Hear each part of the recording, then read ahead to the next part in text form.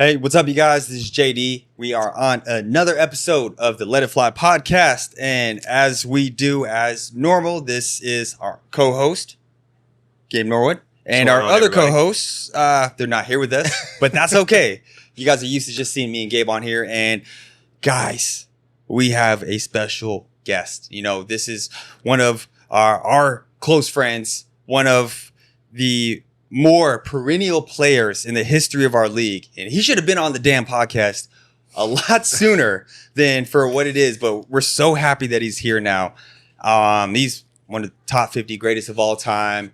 And my God, let me just say his name so we can get on with the damn show. We got Chris Ross. Yes, sir. In the house, man. C. Ross. Chris Ross. AKA Champ. C. Ross. What up, Champ? That top 50 sounds crazy, right? That does sound crazy. Right? I wasn't on the list, but if you say it, hey, that wasn't me. We might have to update the list. We'll update the list. It wasn't me. Happy to have you here, bro. Thank you so much for taking time. Yes, sir. Fresh off another championship, and I know you got vacation plans. The breaks are limited for PBA players, especially after a finals, but appreciate you stopping in, man, and thank you for taking the time. I know you're hurting right now, dog. I'm hurting, but I've been wanting to be on this podcast since episode 1, man. But in his timing, right? Yeah. So Yeah, I'm here time now. is right. I'm here now. It's perfect timing, bro. So just like life, bro. Exactly. Yeah, it's meant to be, bro. It's meant to be. Right here, right now. Let's get Yes, it. sir. Yes, sir. So let's just jump right into it, man. I Please. see you already repping the hometown. You got San Antonio. Yeah, I see it. Repping hard. Like, talk about just the beginnings for you, not just basketball itself. We know that you came up in just sports altogether, played a little bit of everything, Yeah. but talk about just your foundation, your Filipino side growing up in San Antonio, and just your love for the game of basketball. Sports was my family. Yeah. Like, Yeah. My dad played it growing up. He joined the military, got stationed in San Antonio, What where I branch? was born. I'm sorry, what Air branch? Force. Air Force. Oh, that's what's Air up. Force. That's what's up. Yeah. I might say something stupid right now. Just because I'm like, yeah, boy, we cool. That's dope. Oh, Yeah, that's dope. so well, he was stationed here in the Philippines. That's where he met my mom. My brother and sister were both born here. Oh, damn. And then right before I was born, we moved to San Antonio. Okay. Okay. So my dad was in all the sports, like all the military sports, the over 35, the over 40. Yeah. He played softball, he played basketball. And then my brother's 6 years older than I am. So my brother was in sports. So I'm like, why not? Yeah. Right? Like I was always around it. I was always in the gyms. I remember being could barely walk. I remember being in the gym watching my dad playing the 40 and up league and just trying to throw the ball in the basket. Yeah. Like, Did he ever play like on all those all Air Force teams? he wasn't he wasn't that good, but it was just like leagues on the base. You know what I'm saying? He was Like, always having something. yeah, like that. leagues Yeah. on the base. So I just remember being in the base gym with my pops and my brother and just being like introduced to the sport that way. Basketball, baseball. I was a huge baseball player growing up. Man. But I think football might have been my best sport, honestly. Yeah. To me, Where- I feel like football was my best sport growing up. I started when I was 5 years old, and my dad had to sign a waiver because it was 6, 7, and 8. Yeah. And it's full blown tackle, bro. And like when you're 5 years old, the difference of a 5-year-old and an 8-year-old, Crazy. it's Monumental. bro, it's huge, bro. It's huge. You're playing against 8-year-olds? Bro, I was playing against 8-year-olds. I'm 5, bro. You I'm get like lit up? I was getting tore up, bro. JD, I was getting tore up, but I was like, bro. it made me tough, bro. Because Yeah. I mean, I would play with my brother at home. Like Yeah, we would yeah. put pads on and play tackle in the living room. Yeah. Yeah. So the 8-year-olds doing it to me wasn't nothing because my brother's 6 years older than I am, and I was Okay. getting it from my brother. Yeah. But it made me tougher, bro. Like I was like throughout that year, I just got better and better and better, Yeah, bro. That's So the way to do it, man. where I was kind of scoring touchdowns every now and then it was fun. Like you know, Yep. Football is just fun. But yeah, growing up, bro, it was football, baseball, and basketball all year round, Yep. nonstop, Seasonal. nonstop, bro. Bro, right like into the next clockwork, one, yep. like clockwork, bro, nonstop. And football was. I just keep going back to football because that's my first love. I'm excited for the Super Bowl coming up. Yeah. I'm gonna be home for the Super Bowl parties. But yeah, football was where it's at. Like high school, I had multiple Division I offers in football. Basketball wise, I only had a couple. So I honestly thought I was going to play football in college. Yeah. In high school, you're already thinking. Yeah, I was thinking. Mindset's football. Because all the schools that were coming to see me, I was getting letters. Like, you remember the letters that we used to get? Yeah. Right? I used to go in my locker. I would have 50 a day, 100 a day, like just in my locker, bro. It was back in the day, we'd put them in our back pocket, walk around campus, the bro. rubber band, Put the best school on the outside so they can see the team logo on the back. But yeah, bro. So, yeah, high school, I started my sophomore year. I started both ways. I played quarterback and corner. Yeah, I was about to ask what position. I wanted to know. And then you're a leader from the get-go. Yeah, so they threw me in the fire because my freshman year, the varsity went 0-10.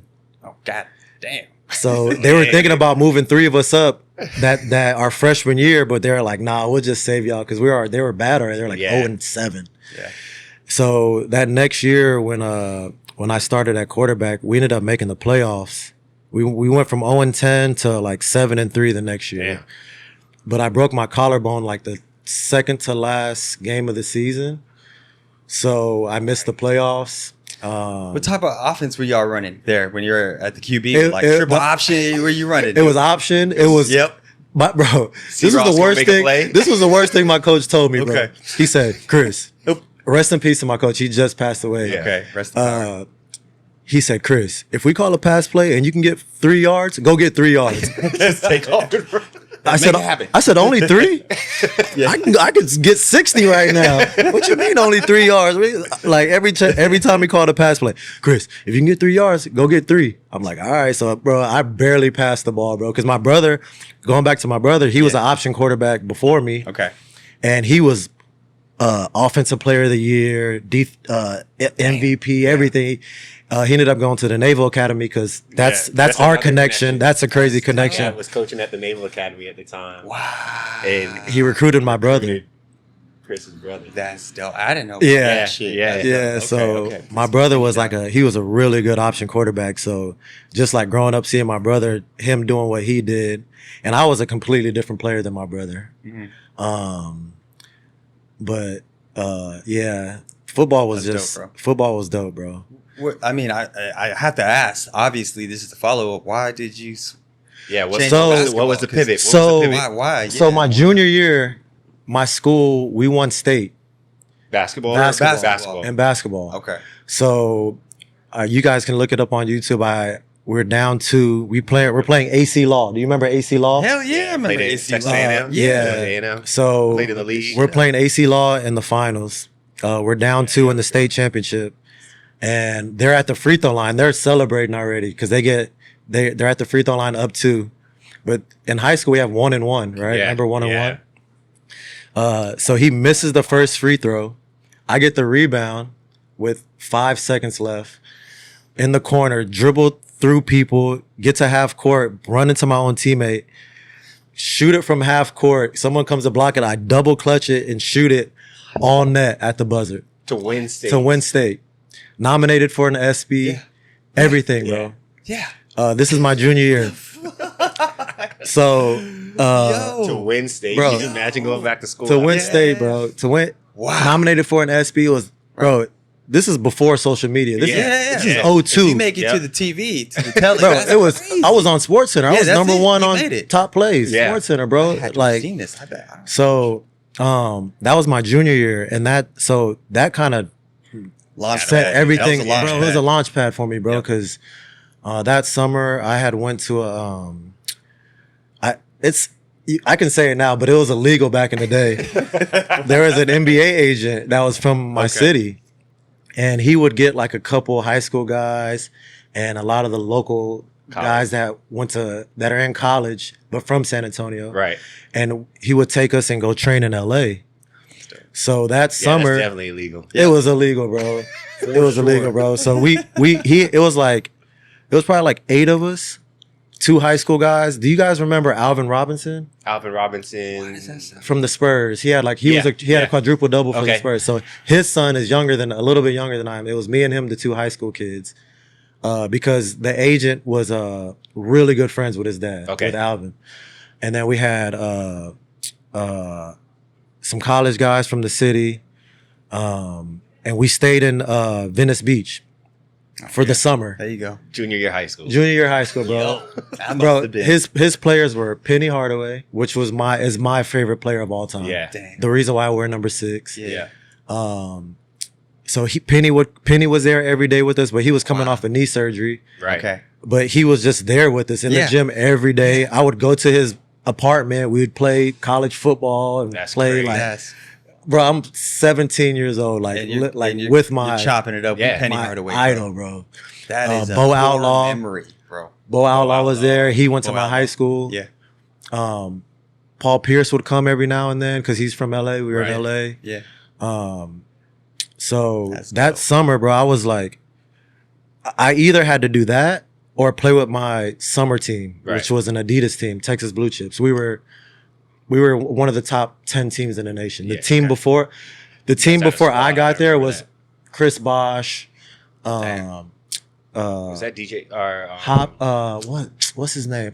Daniel Horton. He was an All-American. They had 6 All-Americans: Chris Bosh, Daniel Horton, Ike Diagu. That's right. Ike played out here, right? Did Ike Diagu play out He never came. He was supposed to. He was in the seat. He was. That's right. Darren Williams played a couple tournaments with them. Damn. Like they were stacked the year before. Yeah. So the next year I played with them, and it was like the coach loved me. He was like, Chris, just keep doing what you're doing. You're gonna go to ABCD camp. You're gonna do this and this for Texas. Like, because my teammate was LaMarcus Aldridge. Yeah. So everyone was coming to see LaMarcus, bro. He was 2 years younger than I was, but easily probably the best player in the country at the time. Yeah. He was already 6'10", skill set, run like a deer. Yeah. And the crazy thing was, our first practice, we played 2-on-2, and Coach Mitch paired me with LaMarcus, and we ran the table. We were killing, bro. We were killing, bro. Yeah. No one could. So it was like he was like, Chris, LaMarcus is your guy, bro. Yeah. Like, you take care of him, he's gonna take care of you.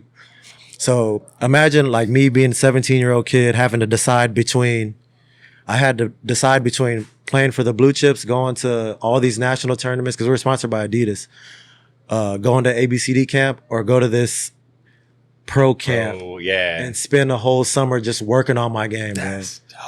To get access to something like that, and the people that you're surrounding yourself with, that's invaluable. It was. I feel like I made the right decision. I went ahead and went 100%. With the pros, but that was my junior year. So my senior year was crazy. When obviously football season's first, right? Yeah. So I played my football season. I have a good year. They moved me to receiver and free safety by this time. And I have schools coming in, seeing me, a couple Big 12 schools offered. Not the ones I wanted, because if it was the ones I wanted, I would have committed right on the spot. Like it was Baylor. Changed. That's crazy. It was Baylor and Kansas. Baylor and Kansas came in and offered. Okay. But I really wanted, if it was Texas or Texas Tech, it was up. It was up because Texas Tech all they were air raid. Yep. And I was a receiver, bro. I was gonna commit on the spot if Texas Tech. You would have gave up basketball. I would have gave up basketball just like that, bro. You were playing for Mike Leach over there. Mike Leach, bro. But the crazy thing is, bro, if I would have went to Kansas, they had a run right around there where they were like 10-1. That's when they had. Is that when they had a kid to lead? Yep, they had all those guys. Corner. They had I would have been on that team, bro. Wow. I would have been on that team. So that's right. The schools that offered me in football, I went on all my visits before Christmas, and then we had basketball season, and I was coming off a state championship. Yep. And I'm like, I got to see this basketball thing through. And the summer that I just had with all the pros, I'm like, I got to see this through. So most of the football schools were like, we need you to sign right now, because if you don't sign right now, we got to get this guy. We don't think we can wait till March when your season is over in basketball. So the decision was kind of made for me. Yeah. You know what I'm saying? So I chose basketball, and I only had 1 or 2 D1 offers, and I didn't like them. Yeah. Yep. So I ended up going JUCO. Yeah, you did. You went the JUCO route. I went the JUCO route. So what a betting on yourself because you want to go this route instead. Yeah. Or even just having all right, this is the the vision I have for myself on the football side didn't hit. Let me go and trust the basketball side. Were you when you made that decision, Chris? Like at that time, like your mentals, did you have any things creep up in your head? Like, did I make the right decision? Of course. Should I have done that? Like, I gotta make this shit work. You know what I'm saying, bro? Like I said, football was my first love. That's what I'm saying, right? So I'm always thinking, like, even now, like, I was talking to, I think Chris Miller, one of his friends came in from the States. Yeah. And he was like, I was telling him, like, I played football, and I was telling him about football yesterday. Like, yo, sometimes I still think if I played football, would I have made it to the highest level? Would I have been in the NFL for a couple years too? Like, you never know. Like, because all the coaches are telling me that, like, yo, you're the prototype receiver. Like, don't worry about, because I was scrawny in high school, bro. I was like 150 soaking wet, 145, bro. So they're like, don't worry about the weight. Like, you got the skill, you got the quickness. Like, we can do everything for you. Like you're a prototype receiver for the NFL. So obviously there's doubt that creeps in, especially when, like, you have all these D1 offers and then they off the table now you're basketball, and it's not, now you got to make it work. Not yet. Now it's JUCO. That's what I'm saying. Yeah, that's why I was asking that. Yeah, prep school. Like they pitch prep school, but I'm like, I didn't know enough. I didn't have enough information on it. And then JUCO was like, I mean, where I'm from, the guys go to JUCO, bro. Like, I'm from where my high school's inner city. A lot of the guys' SAT scores ain't that high, so they have to go to JUCO. But I was a qualifier. Yeah. But I just didn't have the looks for some reason. I don't know why. But when I ended up going to JUCO, and it was kind of a blessing, because JUCO is, man, if you make it out of JUCO, bro, it's nasty. It's nasty, it's bro. The trenches, it's the trench. It's full on trenches. It's the trenches. Where I went to JUCO at my first year, we had one stoplight. Yep. We had a truck stop to eat at. That was the only restaurant open after 9. It was called the Truck Stop. We had a Pizza Hut and a high school. In Texas high school, you have 1 through 5A at the time. And there was a 3A high school in the town. For Texas. There was 1,000 people in the town. And that's it. 1,000 people in the town. And it's in East Texas. And if I don't know if you know anything about East Texas. No, I don't, man. But there's Confederate flags everywhere. They don't like. They don't like. A lot of color. They don't like a lot of color over there. Oh my God. So bro. it's like, I'm like, bro, what is this? Where the fuck? What is this, bro? Like, but the crazy thing was, like, my JUCO coach, he didn't recruit anyone from Texas. Only me and like the guys from my 3 guys from my high school went to the JUCO with me. Okay. And then my boy that was at Ole Miss, he went to my high school the year before, but he was at Ole Miss and he was transferring out, so he went to the JUCO with me. There was no portal. There was no portal, so you had to go to JUCO. So he recruited us, and he recruited everyone else from the East Coast, bro. Jersey, Philly, VA, like everywhere, bro. And he was this white dude, country white dude, but he had a black wife. And he was like, he was wild, bro. He was wild. But he let us rock. Yeah. And we ran this system, bro. It was like Loyola Marymount system, that you ran your lane. We didn't call it any place. You run a lane. Run and gun. Yeah. It's a different type of run and gun. Like, we ran a zone. Yeah. Where it's like the point guard's on the right side, the 3-man is on the left. Okay. And then the center's in the middle, the 2 guard is on the bottom right, and then the 4-man is on the bottom left in their zone.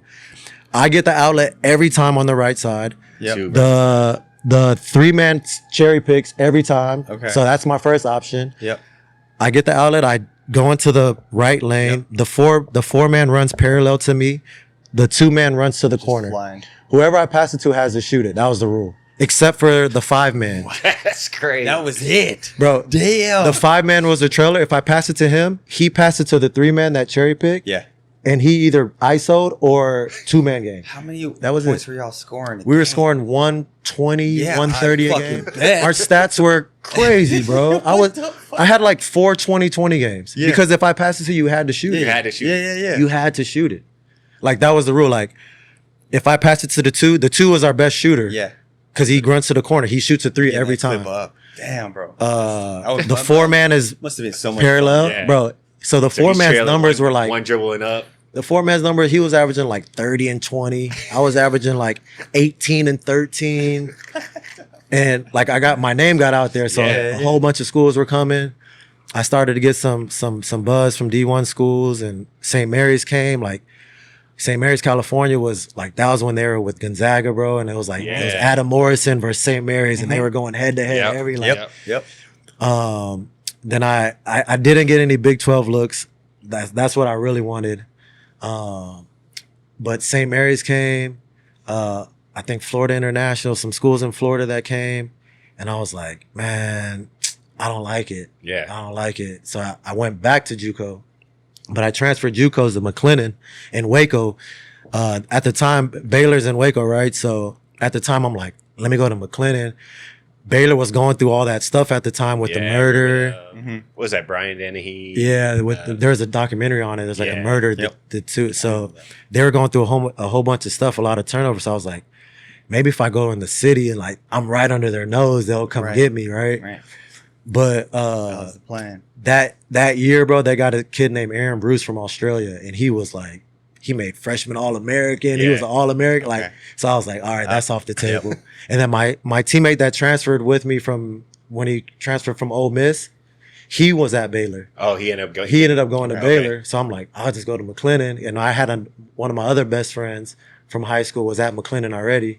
So I was like, I'll play with my best friend. My other best friend's at Baylor. Like, McLennan was a really good, like a top JUCO at the time. And I was like, let's go from there. And then that JUCO year, we had a really good year. I think we made it to like the regional final. St. Mary's came back. Coach Bennett loved me. Yeah. He wanted me so bad. And it was like that was one thing looking back on that if I would have went to St. Mary's, because I was flankered by, before me, it was I don't know why I'm going blank, but he was Orlando Johnson's best friend. Omar? Nah, he's a point guard. EJ Rowland. He was the PG there. He had a high level European career. Yeah. And then it would have been me. And then after me was either Della Vadova. Yeah. And then Patty Mills. Yep. And then so it would have been I would have been right before those guys. Like that's crazy. And then another side story, like when I was getting recruited there, my host was Todd Golden. You know who Todd Golden is? Yeah. He's the coach at Florida now. He just won the national championship. That's right. So he was my host. That's crazy. Yeah, he was my host. Basketball world is small, bro. It's small, it's bro. Tiny, bro. But looking back on, I'm like, damn, if I would have picked St. Mary's, could I have? The reason why I didn't, because they were like, we got EJ right now because he has another year. Like, we want to bring you in red shirt. So I'm thinking, like, you just did JUCO for 2 years now. Like, I don't want to sit again. Even after the first year, they were telling me, like, I'm like, man, I don't want to sit out. Like, I want to hoop. Like, if I get to this level, I want to hoop. Yeah. I'm like, man, I don't want to do that. They're like, yeah, we're just gonna get you in the lab, like get you stronger, work on your jumper, like everything that I should have done. Right.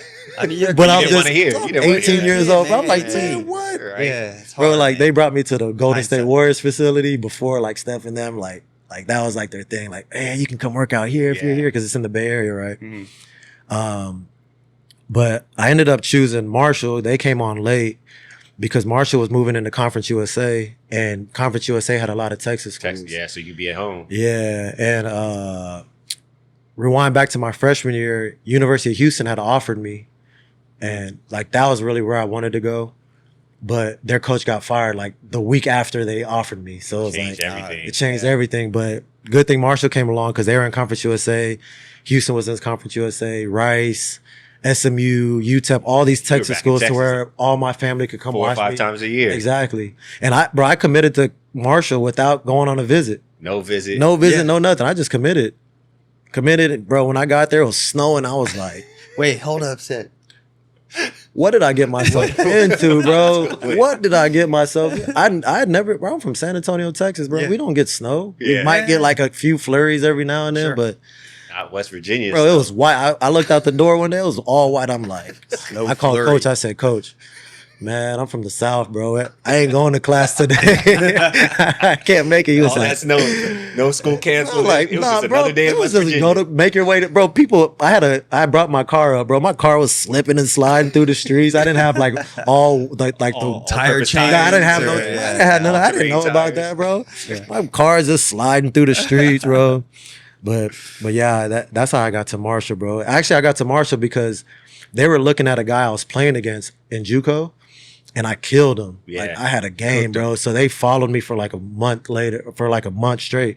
And I just strung like together like 10 straight games. And they were on me, bro. Like before you knew it, they were sending my locker at McLennan was full of Marshall letters, like handwritten. Back then when you get the handwritten, you knew it was real. Like, oh yeah, that's how you know they had my jersey on there, my name on the back. I was like, at the time, I never had my name on the back of a jersey. Yeah. So when they sent me a letter with my name on the back of a jersey, I was like, man, what? Nike in the front. I'm like, man, this is legit. What? That's an easy sell, right Bro, there. so I was like, yeah, Marshall, Conference USA, sign me up. Love, man. So you have a great career there at Marshall, impacted winning, impacted some big moments.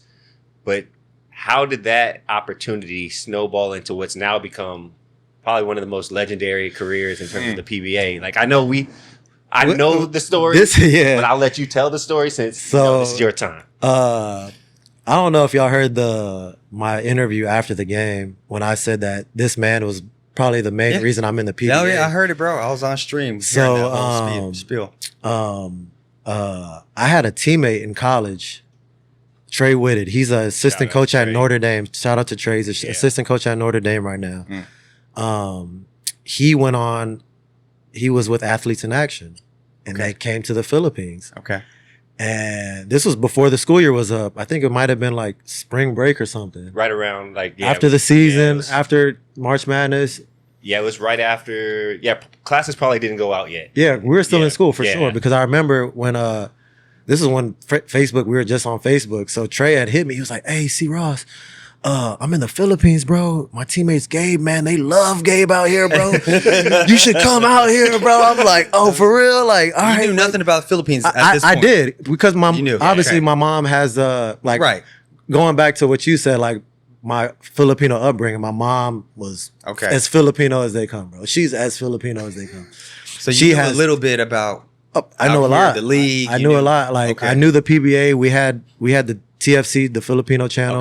Like I would flip through the channels and see basketball. I'm like, what is this? And I would watch PBA. Yeah. And I remember a guy came to the house one time and told me, he's like, "Yeah, you should look into the PBA." And I'm like, all right, I'm like in high school, college. I'm like, I'm not thinking about the PBA. I'm thinking about the NBA, the league. You know what I'm saying? That's what I'm thinking. Still on that, but it's in the back of my head, right? So fast forward back to Trey and Athletes in Action and Gabe, and he was like, "Yeah, bro, Gabe, they love Gabe out here, bro. Like, you need to come out here and see Ross, bro. You need to play." And then I was like, "Yeah, connect me with Gabe." So me and Gabe connected on Facebook. And then Gabe was Gabe, still the same Gabe. Yeah, bro, whatever you need, let me know. I can connect you with my agent, whatever. So he connected me with Mark. Yeah, with Mark Chan at the time. Okay, Mark Chan. And then it kind of just happened like that, bro. And another thing with you, like Mark was like, "Hey, C. Ross, like, do you want to come play in the League of Filipinas?" Yeah, he was like, Jared Dillinger's playing. I was like, who's Jared Dillinger? Yeah. He was like, he's like one of the best players in the Philippines, but they're kind of like hiding him there. So if you want, that was a polite way to play it. Just hiding him out like they're kind of hiding him. So they're like, if you want to come play, there's a team that will come to fly you out. Yeah, if you want. He's like, if not, you can just wait for the PBL draft because the team with the number 1 pick is probably going to get you and they'll fly you out. So it's like, whatever you want to do. So I actually had a couple offers in Europe, like small time Europe. But it was obviously low money, but it's a foot in the door, right? Yep. And I just weighed the options, like, should I do that or should I go where I see like a long career happening, right? Play as a local. Not as much pressure as being an import.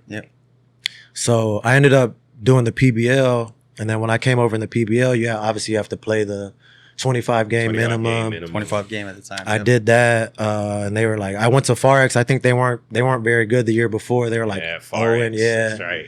Wow. Who was on your team over there? You got over there at the time. Who that made the PBA or just in general? Just in general. Just in general, man. Ronnie Matias. Oh yeah, Ronnie. That's Ronnie. Shout out to Ronnie. Yep. My guy Ronnie. Boy, man, he can hoop. J.R. Aurelia. Lefty from FEU. Yep. Don Villamine, he was a beast. I forgot about Don. Don was a beast. Don was a beast. Sean Coe. Was Francis over there? Francis Oliera was with me. Francis was with me. Okay, yeah, I know who that is. Francis was, who else? Raymond Aguilar. Raymond was right. there. Raymond was on my team. Right, that's my guy, bro. Mr. Never Heard. Yeah, Mr. Never Heard. That's my guy, Raymond, bro. I love you, bro. I miss you, dog. That's my guy. Raymond's my guy. Yep. Josh Urbastando played with me for one conference. Yep. Josh. So y'all had a good little squad. Yeah, we were decent, bro. Like that's why I was like, how did y'all not win many games last conference? Yeah. Like, and we went from that to like we were in the finals. Was that against Paul Lee? We played we beat. I think Paul Lee lost in the semis. We played Harbor because they were winning that. You lost to them too, right? Yeah. What was your story about losing to them? That's a whole nother. I'm gonna tell you my story. We were in game 3, bro, and they were stacked, bro. They had Mark Baroka. They had the whole Gilas. Oh yeah, that's what they had, bro. They were stacked, bro. We get them to game 3, bro, and I think we took the lead in the fourth quarter with like 6 minutes left. Yeah. Okay. Free throws to the end of the game. All free throws, bro. All free throws. All time. I was like, man. So, but they were like, my coaches. I had Coach Mike. Yeah, Coach who? Coach Mike Buendia from Rain or Shine. Okay. So I was around Coach Mike. I was around Coach Kaloy. Yeah, Coach Kaloy. Yeah. And they were like, see, like if you're done with your 25 games, like you can stop because you're gonna be one of the top picks in the PBA. Like you don't have to play no more. Even Charlie, I was with Charlie at the time. Yeah, Charlie. Yeah, Charlie. Because Mark was like, it was a mix up with our paperwork and trying to get the passport, and we weren't going to make the deadline. So I ended up going with Charlie, and Charlie was like, "Yeah, if you don't want to play anymore, you can stop." I was like, "I'm like, bro, like we were about to be in the finals. Like I started this with my squad. Like I'm gonna finish this with my squad." That's right. So we ended up losing, and then fast forward to the draft. I was either going to be the second or third pick, right? Right. Because Japet was in there. Yep. Everyone knows Japet's going to 6'11", athletic freak. Coming from Western Kentucky. And then, right. Yeah. And then it was between me and Rico. Oh, Rico Meyerhofer, that's right. That's right. Oh, yeah. So it was Pure Foods had the second pick, I think. Yeah. Mm-hmm. And they were saying that if Pure Foods drafted me, I think they were going to keep me.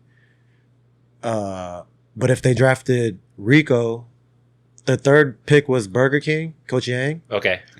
And if I made it to the third pick, they were going to trade me for whatever to Coke. Something. So it was already a done deal that I was going to. You're going to go to Coke. Yeah. You were going to go to Coke. If I didn't get drafted second, I was going to go to Coke. Yeah.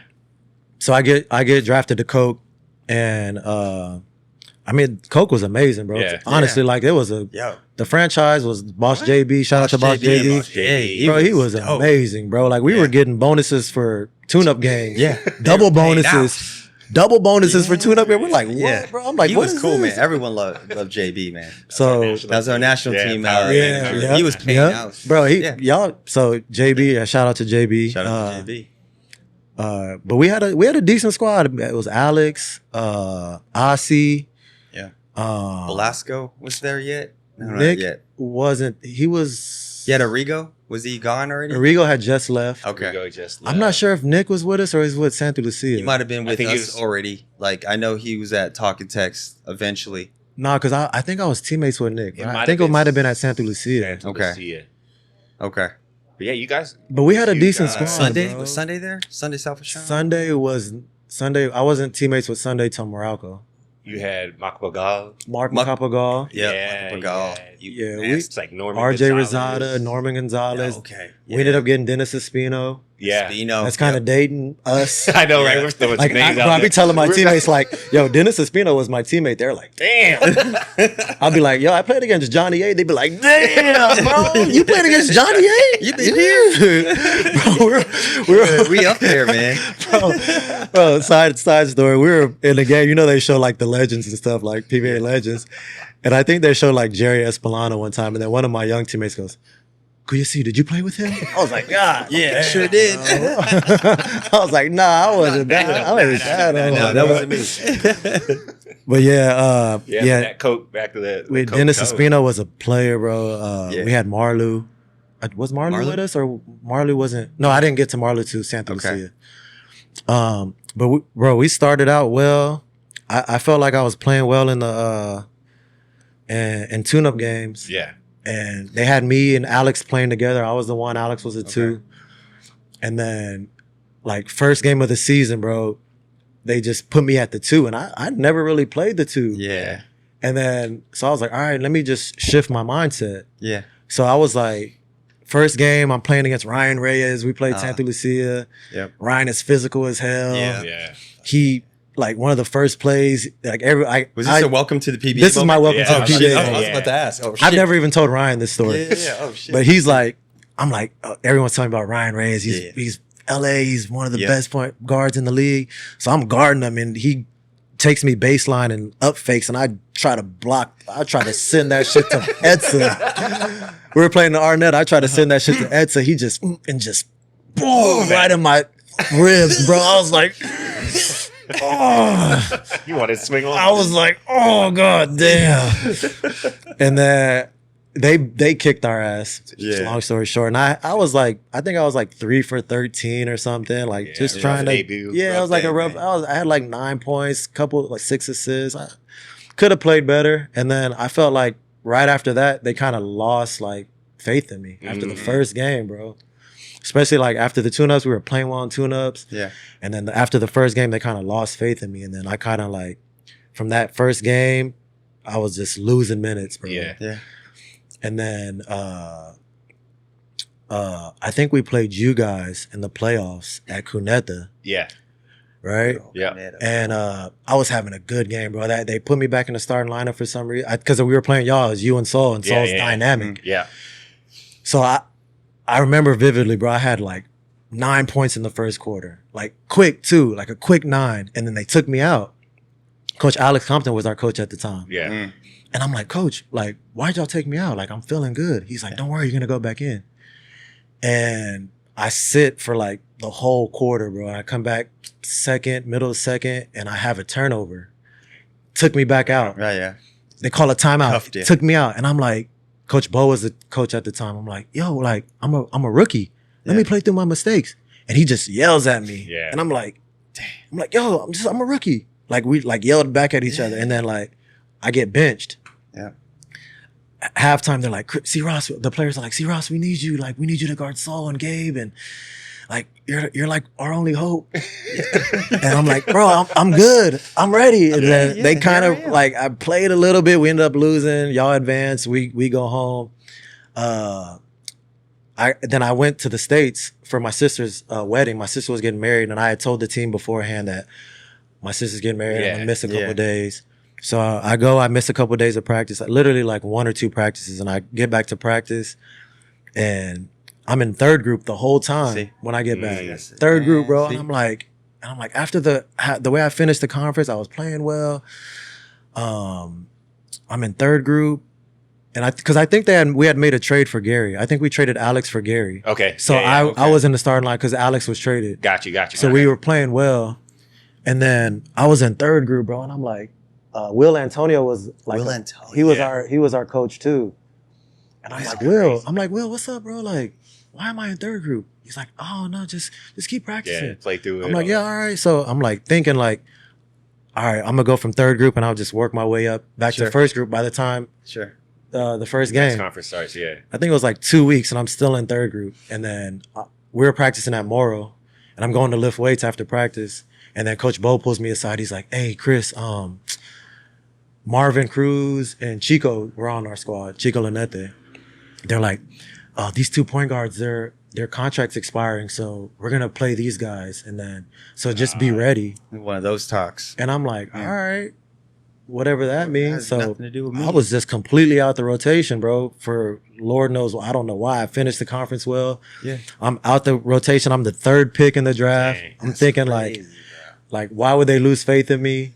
So I just don't play, bro. And then I get traded at the end of my rookie year for Paulo Mendoza, who was, at the time, he was maybe 38, 39. Yeah, just a little bit. To Santa Lucia, right. That came out of nowhere, too? Or It came out of nowhere. I had no clue, bro. I played in a game. Hey. Yeah. Like, it was one of those. The crazy thing was, bro, I was out of the rotation. And then we played like Alaska or something.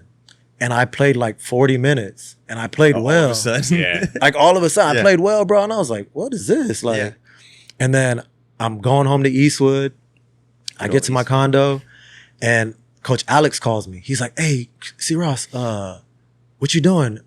I was like, I just got home. He's like, you want to grab a bite? I'm like, yeah, cool. I'm like, all right. I'm like, Coach is calling me. It's like 11 o'clock this at hasn't night. Been, this is never first time, happened. really now. Damn. And then, so I meet him in Eastwood at a restaurant. And he's like, yeah, so they sent me to tell you that we're trading you to Santa Lucia. And I was like, damn. He's like, yeah. He's like, I had nothing to do with it. Like they hired Coach Alex for me. Yeah. To be that to work on my my skills, work on shooting, ball handling, everything. I'm working with Coach Alex before and after every practice. And he's like, Chris, I have no clue why they're doing this. I was like, Coach, no, y'all know how Coach Alex is. I'm like, Coach, like, all good. Everything's happens for a reason. And I remember vividly, he told me this. He's like, nah, he's like, there's certain people that do stuff in this world that don't happen for a reason. Like, say for instance, like a molester or something, like something like that. He's like, that's not, he's like, it doesn't compare to this, but I don't agree with what you're saying right now. And I'm like, all right, all good. And then he's just like being positive. He's like, man, just use this as fuel going forward. Like you're an amazing player. Like, I know the skill set you have. Yeah. Like, just use it as fuel. He's like, what's your goal? He asked me, what's your goal in this league? I'm like, I want to be an MVP. I want to be the MVP of the league. I was like, I think I can do it. I just won MVP in the PBL. Yeah. I was like, why can't I not do it in the PBA, right? He's like, well, all you have to do is work. Like, just work at it. So I get to Santa Lucia, and they're already bought by Morocco. At this point, they already bought Kelly and we're already training. Ryan. We're already training to talking to TNT. Was Peak still there? Peak was with me at. Peak was there. We had some. Second. We finished. Me, Peak, Josh, Chris Pacana. Y'all had a clown of a team. That Santa Lucia team. Yo, bro. For those who weren't around the PBA and go back and watch the film, they had to be the funniest team to play against. You guys had a bunch of clowns on bro, that our squad, practices were hilarious. So much fun. Every day you're waking up like, oh, was it Gabby and Spina? Practice fun. Gabby was with us. Damn. Batoy Malone. Batoy was bro, practices were hilarious. I bet, bro. And because it was like the MVP group had already bought, right? So we had like MVP guys on the team that they were trying to play. They wanted to play these guys. And a lot of us weren't really playing because they were trying to push these guys on them. They were telling us like, oh, we're trying to play these guys so we can get their trade value up, blah, blah, blah. This. And we're just like, oh, man, we know what y'all are doing. Yeah. So we just had fun. We just went to practice and had fun, bro. There was times where we just went and laughed the whole practice, bro, and clowning, like kicking the first group's ass, bro, up and down the court and just laughing, having bro. Fun. And then going to the games, barely playing. But we had Coach Boyd at the time, and Coach Boyd was kind of straightforward with us. Yeah. And he would he played us like, and we had to win a game. He played us because we had a decent team. Yeah, you guys. Me, Josh, we had it was Peak. Nick was with us. We had a decent, and then AJ Anthony Johnson was our import. That's right, AJ. So and he was a beast, bro. He was. We had a squad, bro. We had a squad. Like, we had enough to compete. Like, I don't think obviously we're probably not going to win a championship, but we had enough to compete. But it was just trying to get to the end of that season because it was like Morocco's going to come in and it's going to be a whole different ball game, right? Yeah. So Santa Lucia turns into Morocco, and I'm with Coach Ryan, and he's the one that passed up on me at the second pick, right? He picked Rico instead of me. But he was telling me, he's like, yeah, I wanted to draft you, this and this. You know how Coach Ryan is. So you played for Coach Ryan. I did play for Coach Ryan. Yeah, I did. I had my time with him. So I did. Shout out to Coach Ryan. Yeah, my time at Morocco, bro, I think I was there for 4 years, and I think we had like 50 trades in 4 years. It was something ridiculous. Yeah, a lot of movement. It was a lot of movement. Like the only ones that were left was me and Mac, I think. Cliff Came later. Yeah, Cliff came later. Yeah, he was drafted in. Yeah, that's right. From the original was me and Mac. Yep. Because remember, Mac got traded from Talking Text to us. Yeah. That's right. So it was just me and Mac, bro. Because we had Saul. Yeah. Saul was traded. Josh was with y'all for a little bit. That's second. Josh never was from Santa Lucia. I think he went straight to Red Bull.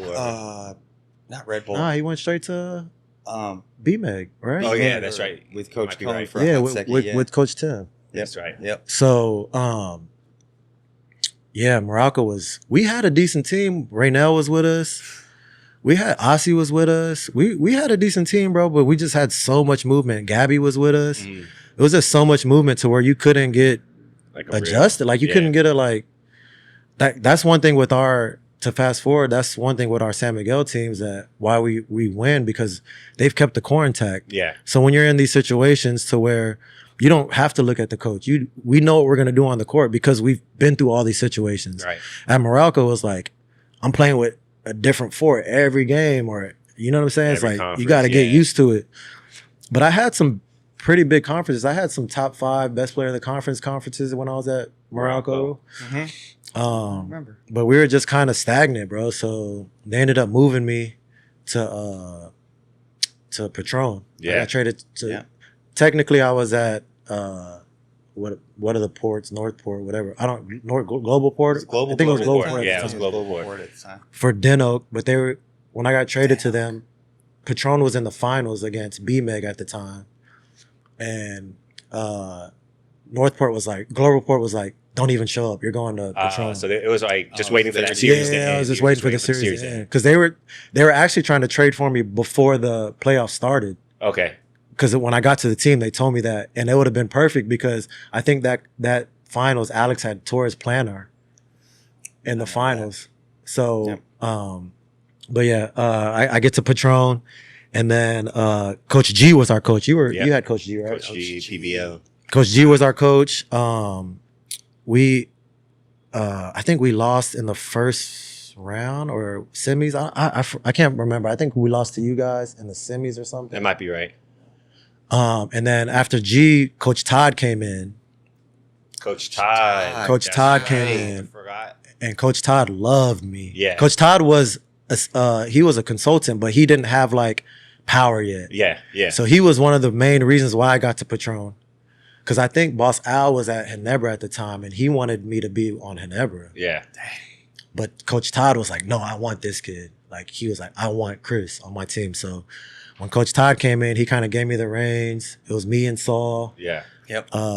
Coach Todd kind of built like this foundation that you see now, right? Like he built that unselfish, like, don't care who gets the credit. Like he was like drilling that into us, man. Yeah. Like, because at the time it was Patronavella and couldn't get over the hump. Oh man, all that shit. Right. Yeah, So and you guys, so at this point, Patron is you, Saul, you got Chris Lutz. Saul didn't there. come till That was San later. Miguel. It was the next year. So Lutz, Marcio, young nasty. Jumar. Young Jumar. Young June, so he was still raw. Yeah. Right. But he was coming into his own. Right? You could tell. You could tell in practice. It's like, all right, like, it's coming. Let me get in the lab. It's like, coming. Yeah. But yeah, because I only played one conference with Patron, and then we turned to San Miguel. Yeah.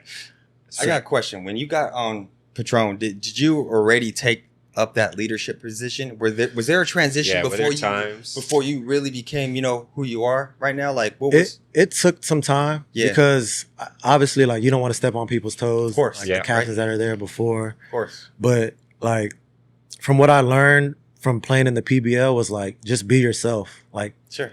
Like, be with the team, be with them. Like, bro, when I first got here in the PBL, bro, we were eating at the canteens right outside the gym. That's what you gotta do, man. Like, I was one of them. Bro. I'm y'all. You're me. So, I brought that to when I got to Patron. Nice. Not just Patron, but at Coke and at Santa Lucia, all my stops, Morocco. Yeah. And obviously, I was the leader at Morocco because I was there for so long. Yeah.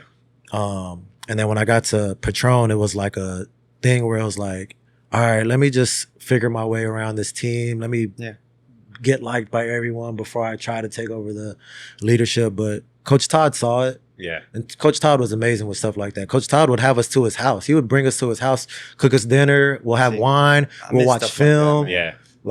Seems and different just these talk. days. Yeah. We'll just talk, like not even about basketball, about life, bro. Yeah. That's dope. So he would kind of pushed me to the forefront. He kind of helped me really in that believed in you, situation. Yeah, he believed in me, bro. That's So, dope, man.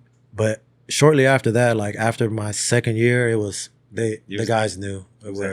Like, but I didn't. You could feel it. Yeah, but I didn't step on anyone's toes. Like if Arwen wanted to talk, obviously Arwen was who he is. Yeah. You know, everyone knows Arwen. Like, Arwen, what do you have to say? What do you ever? Whatever you have to say, I'll play the back, and then I'll pick up to wherever. Like, so, but guys kind of felt it, and Arwen kind of just let me do my thing. So That's dope. after that second year, it was kind of like I kind of just got to be me, because that's who I've been my whole life. You know what I'm saying? I mean, man, I got so many questions because I've been waiting for this. This part, like, go for it, bro.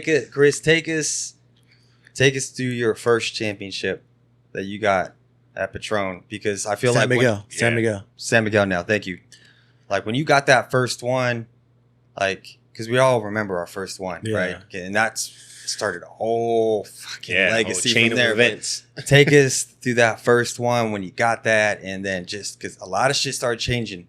When you guys got that first one. Bro, honestly, the first one was still rocky, bro. Me and Marcel talk about this all the time. That's what I'm saying. Like there was a lot of dysfunction still. Bro, there was like fourth quarters where me and Marcel were on the bench. Like he's putting in, like Batoyo Malone was playing. Oh yeah, that's right. He was there, they put in Jarek Fortuna, and me and Seal are like looking like, yo, like no disrespect to them, but it's just like, why aren't we in? You know what I'm saying? Like in the fourth quarter of a crunch time game. Right.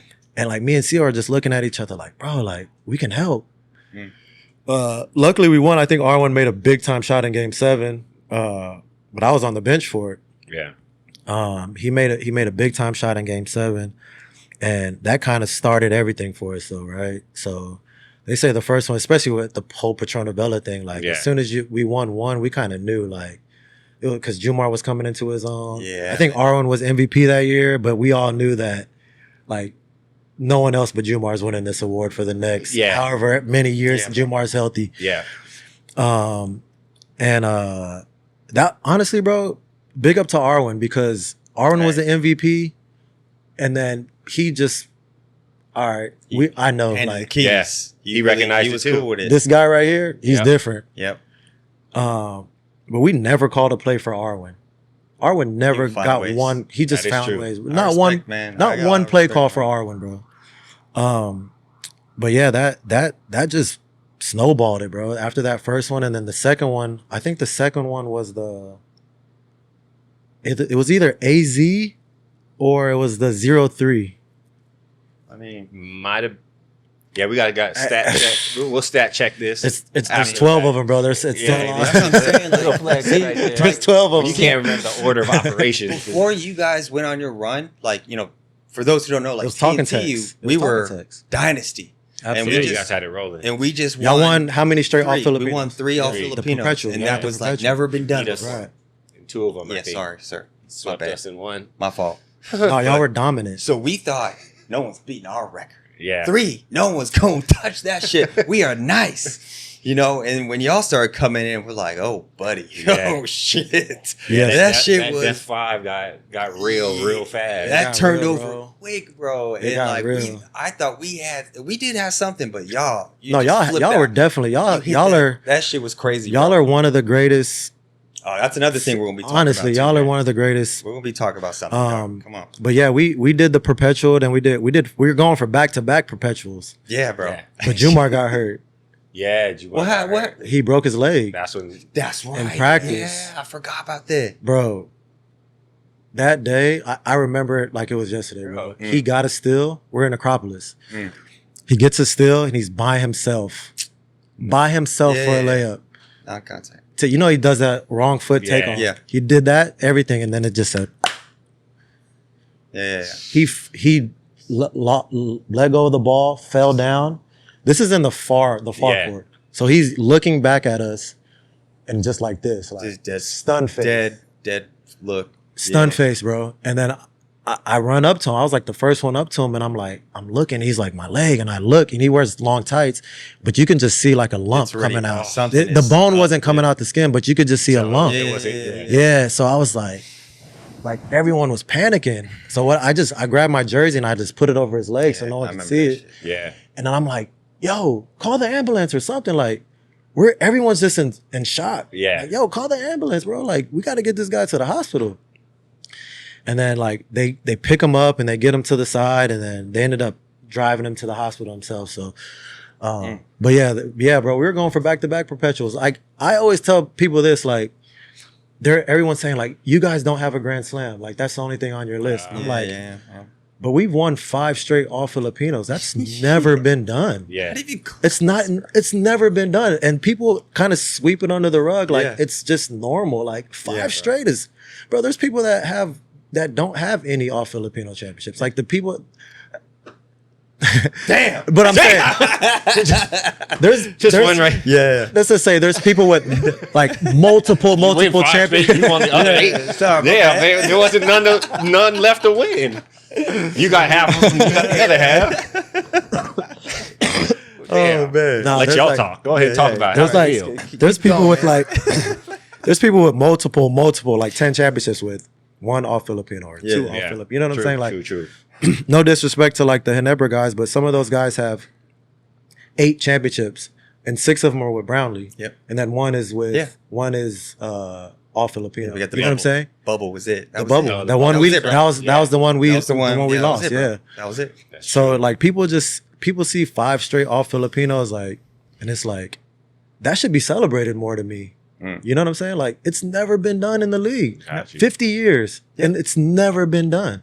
I was gonna touch that shit, bro. It's never been done, and there's other things I want to say about myself that there's never been done that's not talked about. Yeah. You know what I'm saying? They're just kind of sweeping under the rug, and then right, because a lot of the stuff's like going back to the top 50, it's all opinion based. Sure, very speculative. It's all subjective. Let's just put this guy in, like, man. We're gonna put this guy. Like, it does.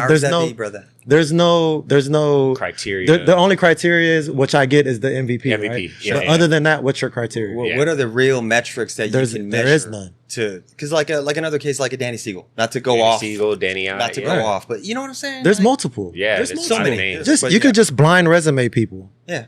Oh yeah, right. You could do that game. Blind resumes. Let's see who's in. See who's not. But anyways, yeah. But with those championships and just the history of winning, especially the span of your career, like, what has that pressure looked like for you? Has that changed? Because, you come in, you win one, no real pressure, and it's like, we got one out the way. But now when you start rattling off numbers 4, 5, 6, you know what I mean? Like, the pressure from the outside, the pressure internally, how does that change kind of your approach to practices, that's a good the way you lead, and kind of, going through losing slumps as well? A big thing for us, I think, was after our first championship, the next conference, we didn't make the playoffs. Didn't make the playoffs. We didn't make the playoffs. I didn't know that. I don't remember that. The next conference, it was the unlimited conference. Our first, we go from game 7, there's like 24,000 people in the stands, to like 2 weeks later, we can get to that too. Yeah. 2 weeks later, we're playing Kia with 400 people in the stands. Yeah. Right. And they got PJ Ramos. Yeah. And Jumar's just like, that was crazy. Oh man, he was the dude too, man. Jumar's just like, and they beat us, and we were just like, all right. Yeah. And then we were just like, I think we were like 3-8 that conference, or 3-6 or whatever we were. We didn't make the playoffs, and management didn't trip. Like, they didn't trip, bro. They were like, all right, y'all got it out your system. Now y'all got to come back and win. Sure. Yeah. So now leadership comes in. Yeah. Vets come in. Now it's just like, all right, fellas, let's get back. Like, management's not tripping. They have all the right in the world to be like, yo, we're making moves. Yeah. Because they're known for that. Yeah, and other teams. So the PBA is known for that. You lose, you're out of here, bro. Yeah. Especially with San Miguel. Like, a team like San Miguel with the championships we got. Yep. If you're not producing, you're out of here. So we stood pat. We just worked, bro. And I think that was AZ that came in. That came in after that. And AZ was nasty like, too, after the stint he had with you guys. Yeah. Like, I think he took his game to another. He won 2 best imports. At least one. We might have got Yeah, I think he got one. So, He was but in the finals. AZ was a perfect fit for us. True. He could play the top. He could pass. He could shoot it. He could post. But yeah, we kind of ran the table with AZ, and then it was all good from there, bro. Because like we said, Jumar was coming into his own. We were starting to find our roles as a team. Yeah. Especially in the All-Filipino. Coach was starting to see, especially after the 0-3, where that 0-3, bro, was tough, bro, because Jumar, we played you guys in the semis and Jumar got hurt. Yeah. So we played the first 3 games of the finals without Jumar. And I feel like And that's when Gabby was killing. Yancey was killing. They were Gabby and I remember. I don't know. Remember which game it was, 1, 2, or 3. But I remember you guys were dumping it down to Gabby like he was Jumar and he was going to. But that's what Gabby does. He's been doing it. When I was with him at Morocco, he was our go-to guy. Yeah. He was averaging 17 and 9 a night, bro. Solid, bro. Like you weren't guarding Gabby one-on-one. Nah, you had to send help. He can get whatever shot he wants. It's just if he's gonna miss it or make it. Yeah. Gabby was tough. But that 0-3, bro. Because coming off the series with you guys, I played really well, and I was playing like 30 plus minutes a night. Yeah. And then going into the 0-3, we lost the first game. I played like 15 minutes, and I was like, "What's going on?" Second game, I played 8 minutes, and I'm like, "Yo." Third game, it was a road game, bro. We went to it was a drive away. I forgot where we went. It was like a 4-hour bus ride. Bro, I played 1 minute. How do you? I'm like, what did that feel like?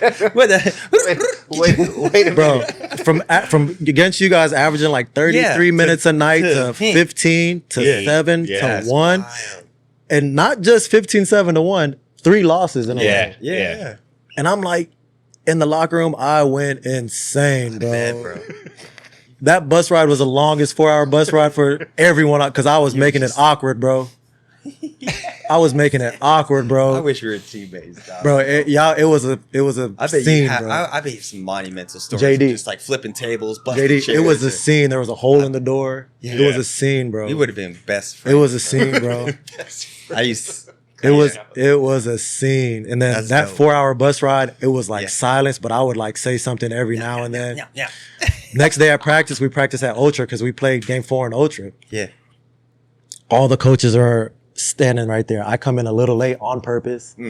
I see the coaches. I walk completely around them. The whole arena? Completely around them and go to my teammates, shake everyone's hand like normal. Didn't shake not one coach's hand. I just sit there during practice. I'm acting like a 4-year-old. Yeah. In my street clothes. Yeah. And they're like, Coach Leo comes up to me. He's like, Chris, can you join? Can you join? I want you to join. I want you to join so we can go through the game plan for tomorrow. So I stand up in street clothes, bro. I'm on the court. That game 4, I played 44 minutes. 44 minutes, have a triple, one assist away from a triple double. We were about to lose. I think we were down 7 with a minute and a half left. We come back. Yeah. We win. I think my line was like 13, 11, 9 assists, 5 steals or something like that. Yeah. So from game 4, I played 44 minutes. Game 5, I played 45 minutes. Because there's a couple overtime games. I played like 48 minutes. God. In game 7, I played 47 minutes. Plus, So I ended up winning Finals MVP, and my numbers don't look great because those first 3 games were pretty much DNPs. Yeah. But from game 4 to game 7, it was like crazy, I was averaging something crazy. It was like 16, 9, and 8, and 5 steals. Jumar came back in game 5, but he was on a minutes restriction. He was coming off the bench. We were playing through Yancey and playing through Gabby, and I was running around. Did you feel like that was like a big pivotal moment? That was it. You know what I'm saying? That was it. That was really the big. That 0-3 was it, bro. You know what I'm saying? Because it could have went either way. Yeah. That me throwing a tantrum could have been. It could have end of made it worse. They could have traded you if you. I don't whatever, know, right? bro. If we lose that next game, I'm probably gone because That's what I'm saying. Like that's the bet on. Bro, that was a turning point. Big moment for you. So bro. from that point on, me throwing that tantrum, which I don't want any of y'all kids to do that. No, we don't condone that. We don't condone that. We're human. You also have to stand your ground too, though. Yeah, but know your value, stand but your ground. it wasn't coming from a bad place. Like my teammates are telling me, like, Yeah. bro, we need you in the game. We want something. you, like we need you. Get this, Like do you're something. like we need you. Especially Alaska was pressing at the time, and I was 27 at the Yeah, time. shit. I could break it by myself. Fresh. Right. So that was a turning point, bro. Honestly, because That's what I- you go from I'm saying. basically like not playing to playing the whole game to winning finals MVP to now it's like, all right, now you're for sure number Yeah. one. Like you're the guy now. Yeah. You're the point guard for now and the So you immediate want to say future. something different. Yeah. Right. See, I feel like, man, like there are so many moments where you had to really go over and beyond to prove yourself, and it seems like every time you reached a really pivotal moment, you'd pull It through. works out. It will Yeah. work out. It And, works out. I'm sure you would reflect on something like this every now and then about all these like moments you'd have in your career. Do you Yeah. feel like it got easier in a way because you would always look back and you oh man, I got through that shit.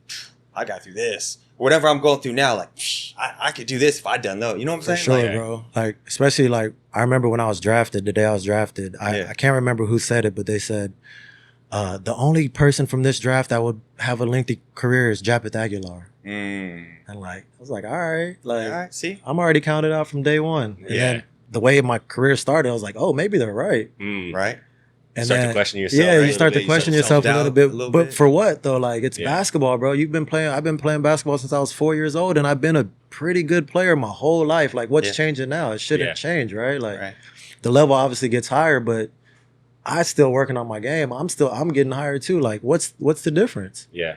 So it's like I always have the utmost confidence in myself and my abilities, because if I don't, who will? Yeah. You know what I'm saying? If I don't, who will? And that's it right there. And I think that only attributes to your own belief in yourself because you put the work in. Yeah. Absolutely. If you never put the work in, right, I don't think you would have that type of belief. Right? Absolutely, yeah. And I think that's Crazy. something that people need to take notes with C. Ross is the motherfucker works. Yeah. Right? And that doesn't come without the belief. You can't just believe, you're the best if you don't put in the work, right? Right. So it really goes hand in hand. No, And yeah, Hey, man, I really you'll work- worked. you'll I work worked on hard. my body with Diego. I started getting in the gym with Diego. shout out to Diego, bro. Yep. And then like I said, when I seen Jumar coming into his own, I'm like, You knew.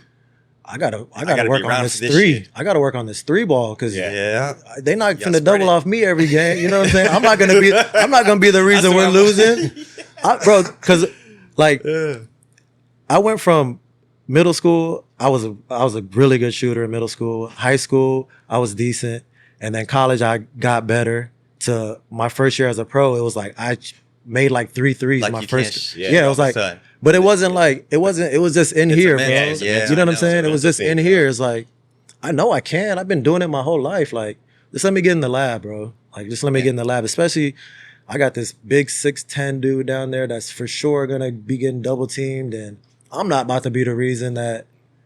So I would stay after practice every day and shoot with Marcio, bro. I'm Yeah. like, As why a not, good bro? guy to Like, look to I'm shoot just, with. bro. I'm shooting with him. Like I'm just watching him shoot. I'm like, all right. There'll be spots where I'm beating him. Like Yeah. I'm Yeah. shooting better than this dude. He I'm like, greatest all of all right. time, bro. I'm like, yeah. I'm like, all right. Here we go. Like I'm in there. so. Not only did I work on my skills, but I worked on my body. Like, and I still do to this day. Like, obviously now I got to work even more to keep up, right? Any little gimmick, yep. So, but yeah, I'm a worker, bro. Like Yeah, my you parents don't taught gotta me as a preach young it. age to work. Like nothing comes easy, bro. Like I had See to get good grades. I couldn't get in trouble, and then they would give me whatever I wanted, Yeah. bro. So it was like, my dad is a military guy, but he didn't really run the house like a normal military man. Like military parents are Yeah. strict, bro. Like my dad wasn't that, but he would made sure that I had discipline. Yes sir, no sir. My room was clean. I never had curfew. Like never was grounded. But I always had all A's, and I was never in trouble. I remember I got written up one time in elementary school That was for it. playing pencil fight on Pencil the fight? bus, bro. We were playing pencil fight and throwing the broken pencils in the back, and I got a write up, and I got sent to the That office. was a game too, Bro. Why is that a Snap, universal crack, game? hit him with the snap, crack. Yeah. Yeah. Bro, when I get written up, bro, they call me to the office on the intercom. The whole way to the office, I'm crying.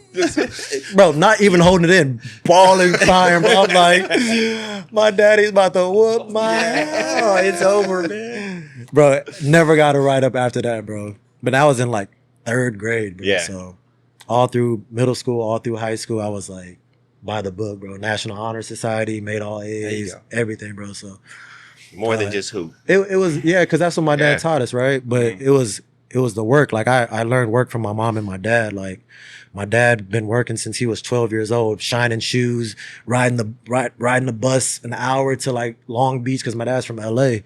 He would ride the bus to Long Beach to shine shoes when he was 12 years old, and then he joined the military right when he was able to. So like my household was just full of workers. My mom was working. She wasn't a U.S. citizen till in the like late 90s. So she would find odd jobs here and there just to help out with my pop. So that's all I really knew, bro. Is like, and then my brother, being 6 years older than I am, my sister 3 years older, like my sister is amazing, bro. She has 5 kids. I think after her 3rd kid, she got her master's from USC online. And like just seeing her growth and being a mom and running marathons, bro. Like I remember my sister was running a marathon and she stepped on a nail and it went through her shoe and hit her foot. She took a break, took it out, and finished the marathon, bro. Yeah, see, still different. After her like 2nd kid, bro. After throw that in there too. Like when you're around stuff like that, bro, like you have no choice. I'm the youngest of the. That's normal. It's normal, bro. That like, feels normal to you. Yeah, like. But that shit ain't normal, Chris. Yeah, right. Yeah, that ain't normal. But you're around it. I get it. I get what you're saying. And then obviously, like when you get to a certain.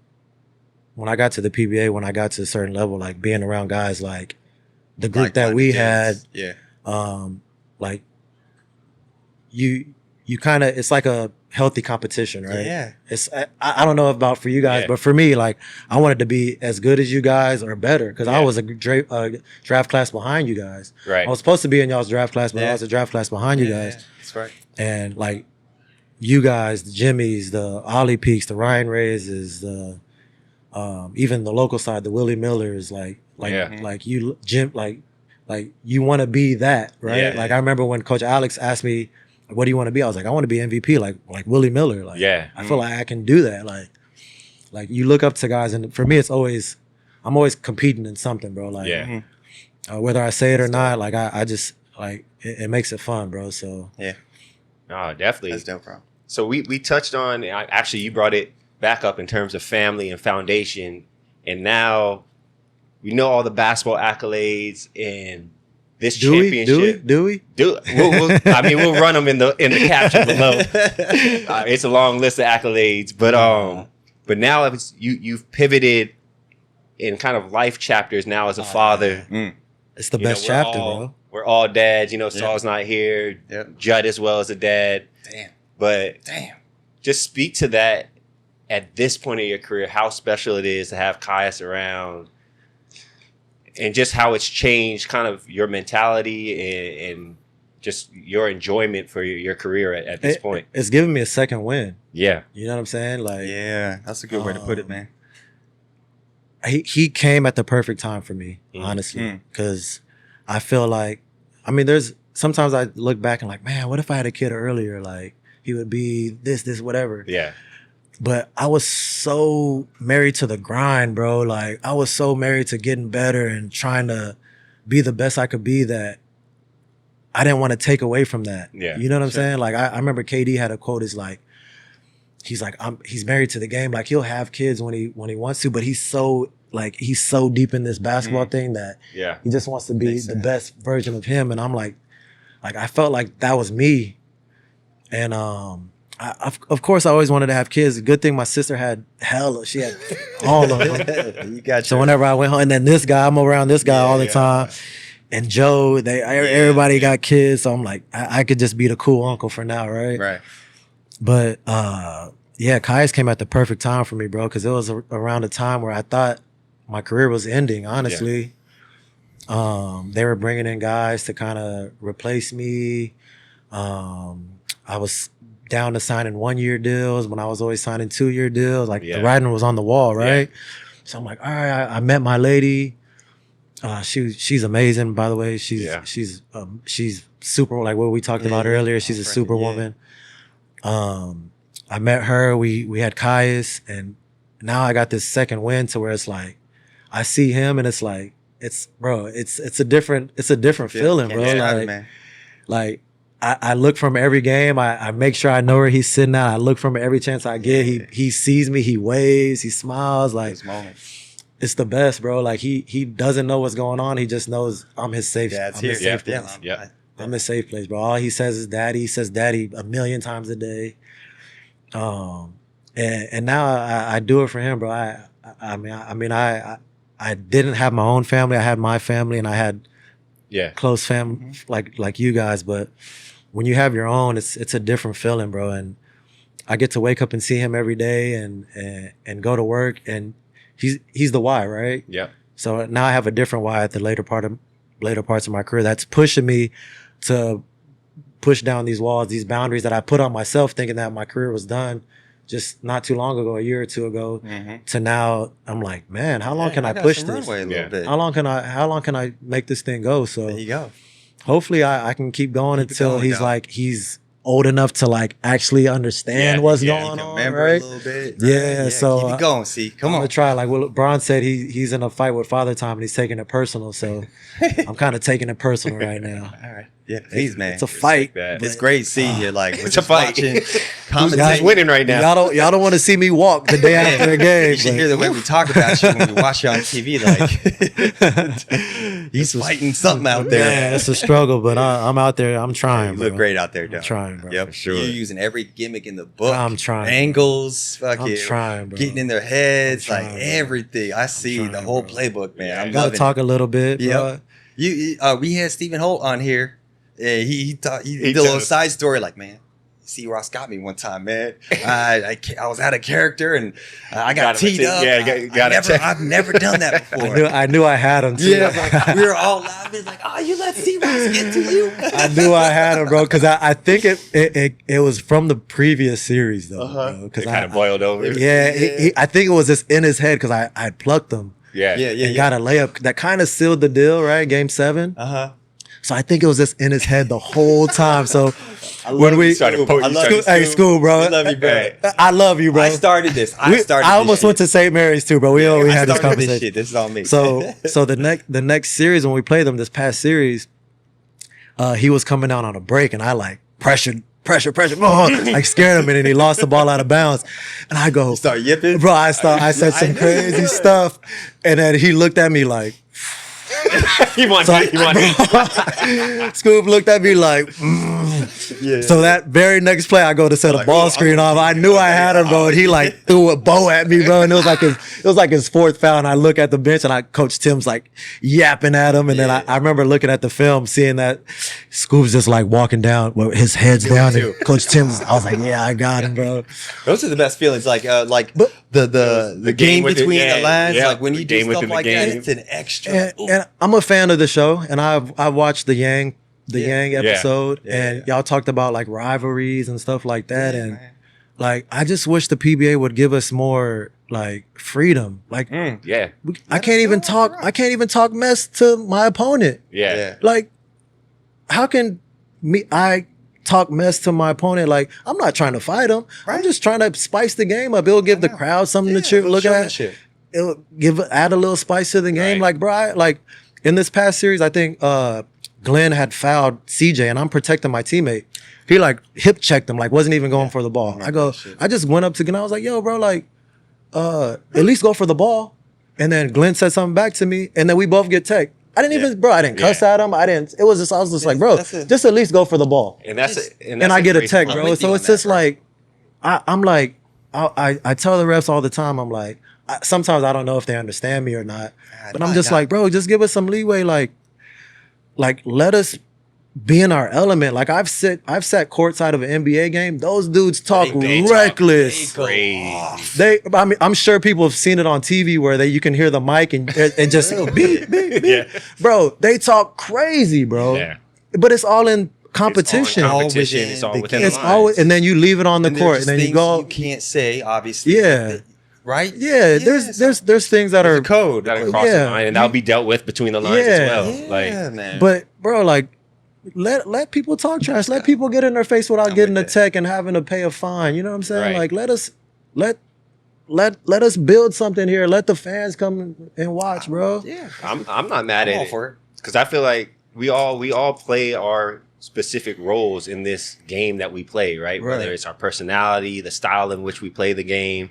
Like I got to cover 2 games of the finals, and BGR Brandon playing the way he played, especially early in the series, and him and Jumar battling. Like, when's the last time you had somebody, outside of Kelly did his own thing too, but just in terms of having Jumar riled up to where now you get to see Jumar's emotions. Bro, that was amazing. Excitement in the game. Bro, that was one of the best things that they didn't call a tech. No, they didn't. They let it play out. They let it play out. Just let it go. Let it play out. That's the shit they need to be consistent with. Yeah. Bro, just be bro. Before the games, when they call the captains, I say, can you guys just please just be consistent? That's all we're asking. Just consistency. Just be consistent. But yeah, bro, when BGR hit with Jumar and Jumar barked at him a little bit. My coaches were like, "Oh, thank you." Like, now you woke up like, bro, we like that stuff, it's bro. A moment. It's a moment, bro. That's an instant replay. That's an instant. There's no text. There's no let's go review this. There's no nothing, bro. It's just play on. Like, sometimes it's just let's just play on, bro. Let's just play on. I'm thinking, how many moments do you? Because as we were talking, I thought right back to Bo against Ginebra doing the I just seen that clip like a couple weeks ago, bro. I was dying laughing. I was dying laughing, bro, when Bo did that, bro. And he did it like 10 times. He did it 10 times, and then he would do the bazooka. He did the bazooka at Tom. Like, I'm like, bro, like. That's that. Like, bro. Those were the breaks to timeout, like the slow motion. Bro. Like.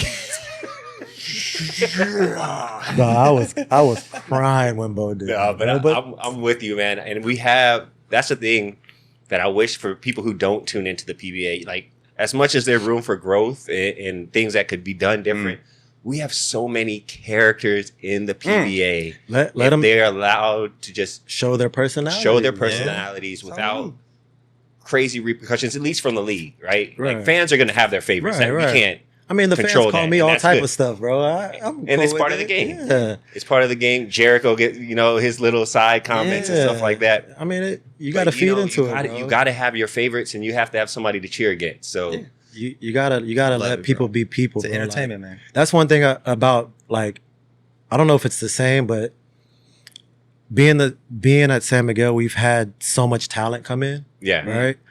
And the first thing I tell all the guys that come in is, be yourself. Yeah. Don't try to fit in with us. Be yourself, and then we'll figure out how to make this thing work. Yeah. So when we got Terrence, when we got Mo, when we got Jericho, when we got Don, when we got all these guys, when we got CJ, my first thing was him like, yo, be who you are. Yeah. Be the person you are that got you to this team. Yeah. And then we'll figure it out on the go. You know what I'm saying? So if the PBA had that of like just letting people be themselves without all these repercussions and getting technicals and almost getting thrown out the game for nothing. Yeah. Just for nonsense, saying, yo, go for the ball instead of hip checking. I get a tech. You know what I'm saying? Like, come on, bro. Like, just let us be. I hope there will be a time and place where we could have a platform. Not we, but like the players can have a platform to voice the forum of some sort. Like a players union of sort. A lot of thought bubbles going up. Right? Like a labor union or something. I don't know. But, I mean, man, see, God, man, I know we can keep going, but like I do want to ask a couple questions before we get into the segments that we like to do and put you on the hot seat and ask some cool questions. But I mean, this is more for, the viewers in terms of value for the young hoopers out there, man. I got one after you got one after me? Like, bro, like for the young Filipino hoopers watching out there, man, like, what's some of the mistakes that you see often that with the youth, and like how can they avoid it type of thing, like based on your experience, brother? For me personally, I think that the youth is so worried about just scoring basketball wise, right? Yeah. We're talking about basketball, right? Like 100%. they think that scoring is the end all be all. For me, I grew up in San Antonio, bro. I watched the Spurs my whole life. Yeah. For 20 years, I've been a Spurs fan. The way I play the game is because of the Spurs. Yeah. I've watched them go from David Robinson to Tim Duncan to Tony Parker to Manu to Kawhi, and all seamlessly take a back seat to each other, share the ball, don't care who gets the credit, the little things, defense. And that's the way I play the game. Yeah. Obviously, scoring is a big part of the game, but it's not everything. Yeah. I heard you guys say that with Lethal Shooter. Yeah. Yep. Like I think you said it was like 80% of the time you don't have the ball, right? Yep. So, you can impact the game so much without scoring. Yeah. Yeah. It obviously you have to be in the right situations, the right coaches to see that, but scoring the basketball is not the end all be all in this thing. Like the little things, the guarding the best player, the making the extra pass, making the hockey pass, being a good teammate, even if you're not playing, like things like that, bro, go a long way. So, I mean, obviously, if you get to the PBA, which is the goal, you're talented. You can score. That's already. My thing is, like, I think there was a game. There's been games where I shoot 15 plus times. I can. That's the easiest for me. Scoring's the easiest part of basketball. You just shoot. Shoot 15 times. You're going to score 15 to 20 points. If I get 15 attempts, you get 15 attempts, you get 15. Anybody's you know what I'm saying? Yeah. That's the easiest part of the game to me. The hardest part of the game is reading it and knowing and IQ and knowing which teammate needs a shot, knowing which teammate is struggling right now, which teammate you need to get going.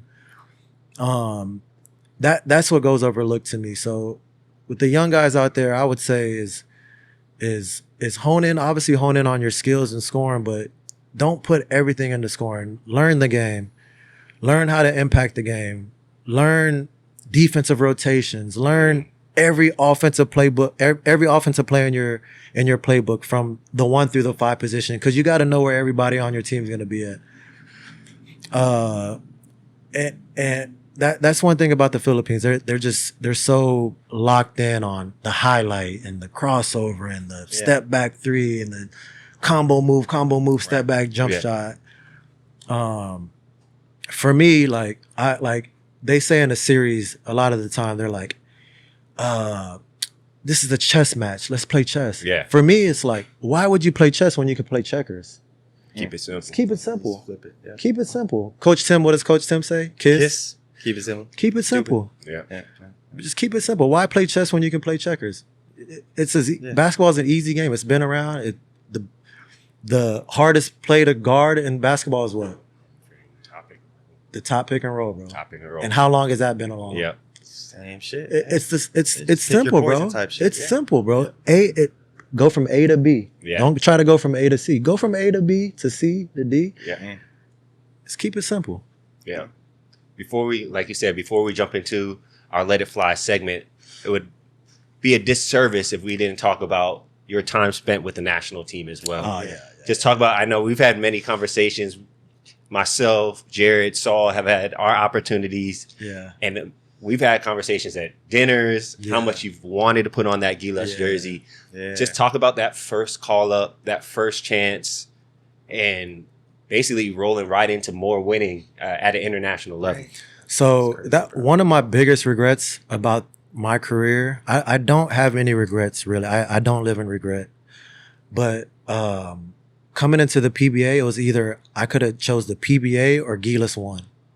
That was the first time Gilas won, right? So it was like, they were like, Chris, do you want to go to Gilas or do you want to go to the PBA? Ooh, you had the choice. I had the choice. Ooh. So Wow. the PBA contract was better than the Gilas contract. Yep. Yeah. It was. And the Gilas was like a longer amount of time. It was like 2 years. it was 3. It was both. They were both 3 years. Okay. But I don't know if the Gilas was just the 150 over 3 years, where the PBA was the rookie max, right? Yeah. And then I was hearing that the Gilas contract wasn't like covering medical stuff because I think CO had got hurt. Yes. And then he was like going through it with his knee, and he had to fly back to the States, and he was like going back and forth. He was like my neighbor at the time, so he was like telling me, he's like, that yeah, kind of set you off. Yeah, I was like, man, damn. And then Charlie was like, yeah, you're gonna have the best contract as a rookie in the PBA. You'll have the best contract because you'll go to Coke. If you go to Coke, they have all these incentives and all this stuff. So it was like, damn. Yeah. And at the time, I didn't. Yeah, you're a kid, man. In the PBL, I was making 25,000 pesos a month or something. Server you know wage. what I'm saying? And half of that was going to my rent. Right. I had to still pay rent with that 25K. Right. Yeah, that's crazy. So I was like, man, I need to go get this money, bro. Like you and Saul were taking care of me. Like we'll go eat. These guys will take care of my food, and like they took care of me, bro. Like a lifetime ago, bro. Yeah, it was. There was no there was no iPhones. I don't think. Yeah, Blackberries at the time. Heavy Blackberry. Yeah, BBMs. Yeah. Damn, bro. Instagram wasn't out yet. Nah. Twitter was barely getting off the ground. Yep. Damn. I didn't know that though. I didn't know you had. Yeah, I didn't know Yeah, that bro. either. Yeah. So I had the option, and I chose PBA. Right.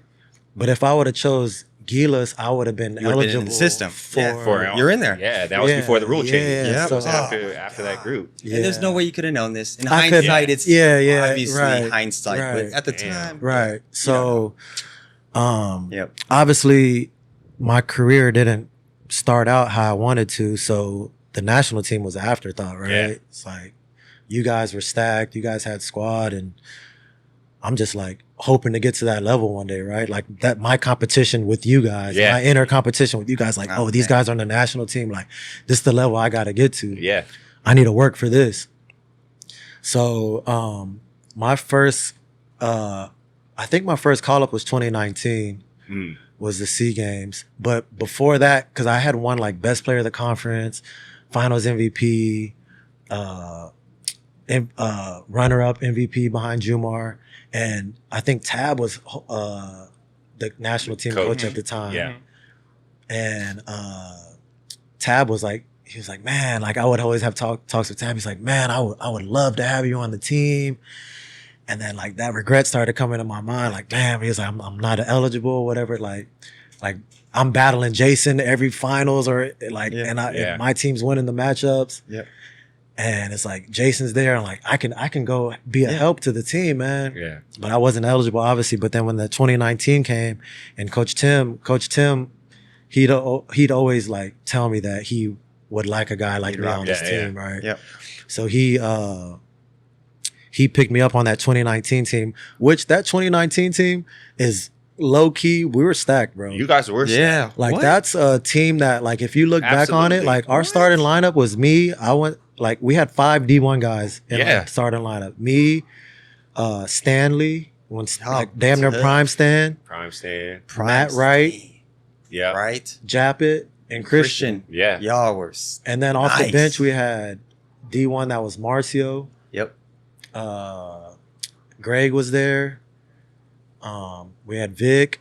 We had you guys had a squad. We had a squad. Troy. We had a squad, bro. But that 5 was like all D1s, bro. And Tim was like, all right, just go like, play. let's roll it out, bro. Yeah. But Tim was like, he knew we were gonna win games by a certain amount. And he was, Tim is like, we're not gonna run up the score. So some games we didn't win by what the crowd wanted us to win by. But Tim was like, we're not here to embarrass anybody. Not gonna embarrass people. Yeah.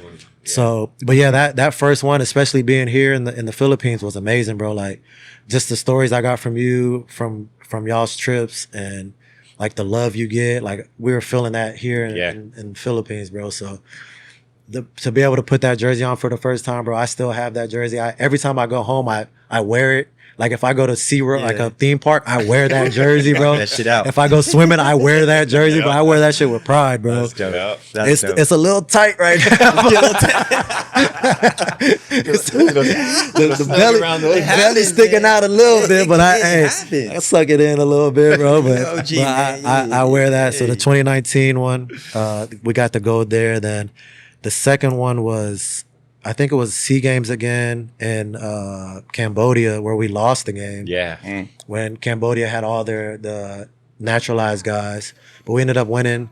Those conditions were crazy. The court was not even. Court was coming off like it was like a sheet of paper on top of the court. That bro. shit. Yeah. It was not safe at all, That's bro. old school, typical. And then I got the call up for the Asian games with Coach Tim again. That was, bro, that was, even though I didn't play, which I felt like I could have played, like I was practicing well, but Tim has his reasons. Yeah. And I think Scotty was coming off of the World Cup. Yeah. Right. I think he had just won MVP and he was coming off the World Cup he was playing under Chop.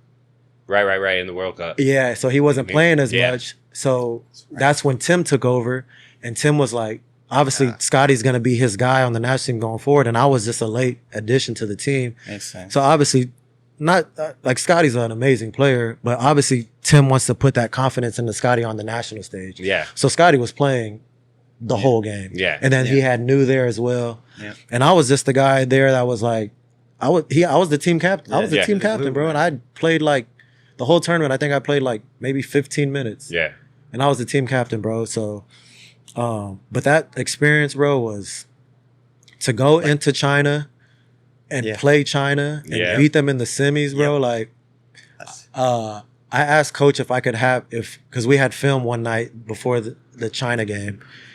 And I asked Coach if I can talk to the team, like just the team. So all the coaches left. Yeah. And we just kind of had a roundtable talk, and I had a talk with the guys, like saying like, I think New had said this in one of his interviews recently, like I told the guys like, yo, like y'all got to understand what we're playing for right now. Like we have a chance, bro, to win this thing. Like this is before the semis game.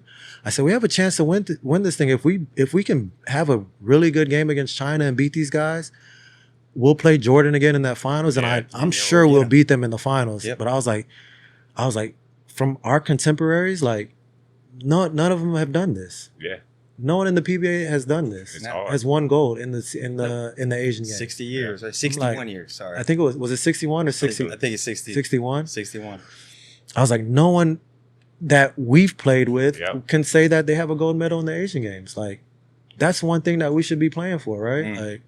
And I was telling those guys like, yo, like visualize it. Yeah. Like visualize us winning the gold. Like obviously there's a lot of work that has to be done in between. Like we have to win possession by possession, but visualize putting the gold around your neck. Yeah. Yeah. Visualize it, bro.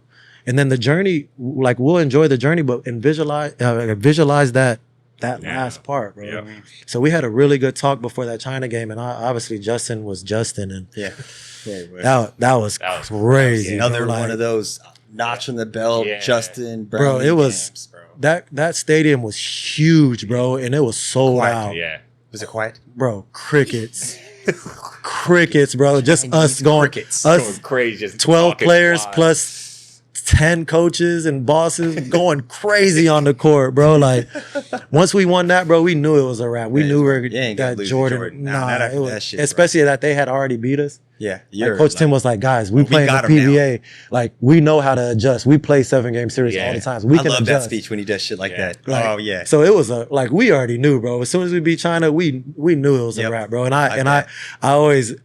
Rondé's my guy, bro. Like he's one of my that's my guy, bro. Yeah. And I always like you kind of twist the knife, twist it a little bit. Like he came to my place, bro. Like because I think he was playing for Talking Sex that next conference. He had came to my place. I answered the door with my gold medal on. Oh, you stay petty. You stay petty. Yo, bro, there's this, bro. I gotta show y'all this. I gotta show y'all this picture, bro. I love it. Because when we're getting our medals put on, it was like we're the gold and they were silver, right? But somehow I was the last one on the gold and he was the first one on the silver. So we're right next to each other, bro. There's a picture where I'm getting the medal put on my neck and he's looking at me like, you know that Westbrook, when Westbrook's looking at the MVP trophy? That's what he's bro, I'm going to show y'all the picture, bro. So if y'all want, y'all can like put it on there. That'd be front center. I send this to Brande like at least once a month, bro. It's hilarious. Just to let him know, bro. So, that Asian games was, bro, it was amazing, bro. That whole experience, even though I didn't play. I know Tim was on here and said that we wouldn't have, he's like, man, Chris didn't play much, but we wouldn't have won without C. And I mean, obviously Tim has a way with words, but those guys did all the work. But I was just happy to be along for the ride, bro. I was a leader. Obviously, I did what I could. Yeah. But it's all those guys, man. They put in the work, bro. Yeah. That shit was amazing, bro.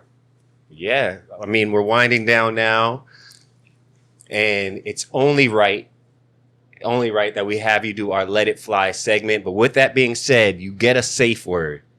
Yeah. So if there's any of these 10 questions that I don't need a safe word, bro. No safe word. No safe word. Right, go off the rails then. Come on, bro. So, I waited so long. I waited what? What episode is this? What season are we on? Right now. Yeah, we on season 3, bro. I don't need no safe word. We were going to get them on season 2, and then remember we had to cancel the last minute. I remember. Yeah, true. We were almost going to get them on. Yeah, so I don't need no safe word, bro. I've been prepping for this. I've been prepping for this segment. He probably got his own 10 questions he wants us to ask. I'm scraping the list. I got my own questions. But I'm gonna go. I'll get us started. I'll do 5. We'll do 5 and 5 questions. Saul always says, if Saul was here, it's like going around the ring. Go, get your shots off, rapid fire. Shit. God, the game has gradually slowed down. Our shots are slower, more settled. Get your feet set. Yeah. Get your legs. It's more about quality reps right now. Quality reps. So what did Lethal Shooter say? Balance. Right? See the shot go all the way through. Yeah. I'll get it started. Okay. Knowing that you're a competitive person. Many games, not just sports.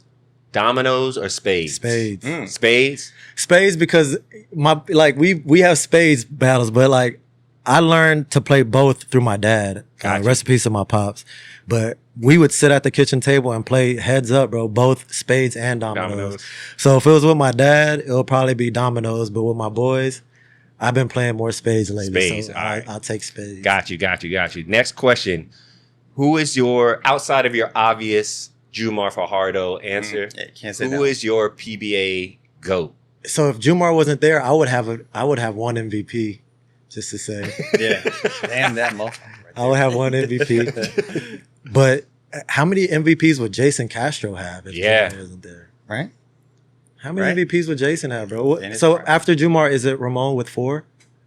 It might be. We got a fact check. And then Jason with 3. No, I'm talking about MVPs. I thought that. Jason doesn't have any MVPs. Oh, yeah, he doesn't have. He has BPC. He has a lot of BPCs. Yeah. I think Ramon Fernandez has 4 MVPs. Jumar has 9. If Jumar wasn't there, how many MVPs would Jason Castro have? That's a good question. That's a great question. Jason would be best guard in Asia for a long time. The resumes, I go by resumes. I don't go by he say, she say. I go by resume. I go by lining up head to head. Like JC. I respect it. JC. That's a good call. Yeah. We gotta get JC. We gotta give more love than he gets, man.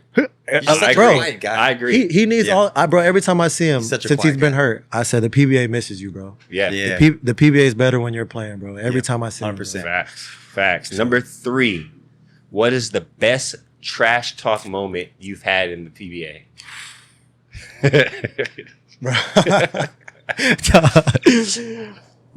The Terrence Jones finals when we played Talking Tex, we had Chris McCullough and Terrence Jones, and there was a lot of talk about Terrence Jones leaving the finals early because supposedly the Rockets wanted to sign. I remember hearing that. Yeah, I remember hearing that. And our game plan, not really, but there was some times where I would get switched up on him, and I would go all the way back in the paint, shoot the ball, daring him to shoot. Not because he couldn't.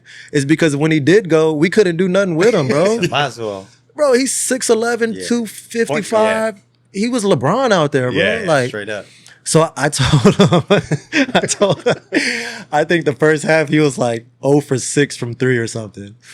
So he's they're out before. I don't know if it was just him out before us at halftime getting shots up, and we're in the far court. So I have to walk through and he's shooting. I walk by him. I go, yo, put that first half shooting display on the tape and send to the Rockets.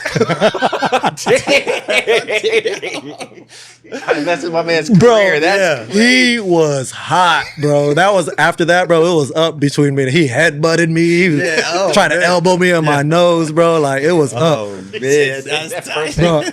I was like, yo, send that tape to the Rockets, bro. You looked good, bro. Oh my god. He was, bro. That whole second half, he was shooting. I think he might have made 1, bro. And I was Like, I was so happy, bro, because we literally could do nothing with him, bro. Any downhill attack. Nothing with him, bro, because he was at the top of the key and he has all those shooters around him, bro. Just zipping it around. Or if he would, he pretty much, if what Rondé's doing with this team now, how he has Rondé. He's a bigger Rondé. Like, man, skill. Rondé plays like Rondé's skill set is. His best skill set is he plays hard as hell. His motor is like he doesn't care. Like Terrence was that skilled. A game 4 in the PBA or like a regular season game in the PBA is a regular season game in the NBA. He's gonna play the same way, whether if it's the NBA or the. Facts. There's certain guys that don't do that. True. You know what I'm saying? True. But Terrence Jones there was nothing he couldn't do on the court. Crazy, but his biggest thing was like, I can get to the rack and dunk the ball whenever I want. Who's gonna get in my way? Yeah. But he wouldn't. Yeah. So. Yep. Number 4, we're going with what is your pregame ritual? I listen to R&B music. Oh, mellow. Yeah, I listen to some R&B. But the last song I listened to before I go out is March Madness by Future. March Madness. Every game. Then I sit on the toilet. Got to release. Even if there's nothing coming out, I got to release. Something. But literally before every game, bro. I think I got one of my, I'm not going to say his name, CJ. He does it too.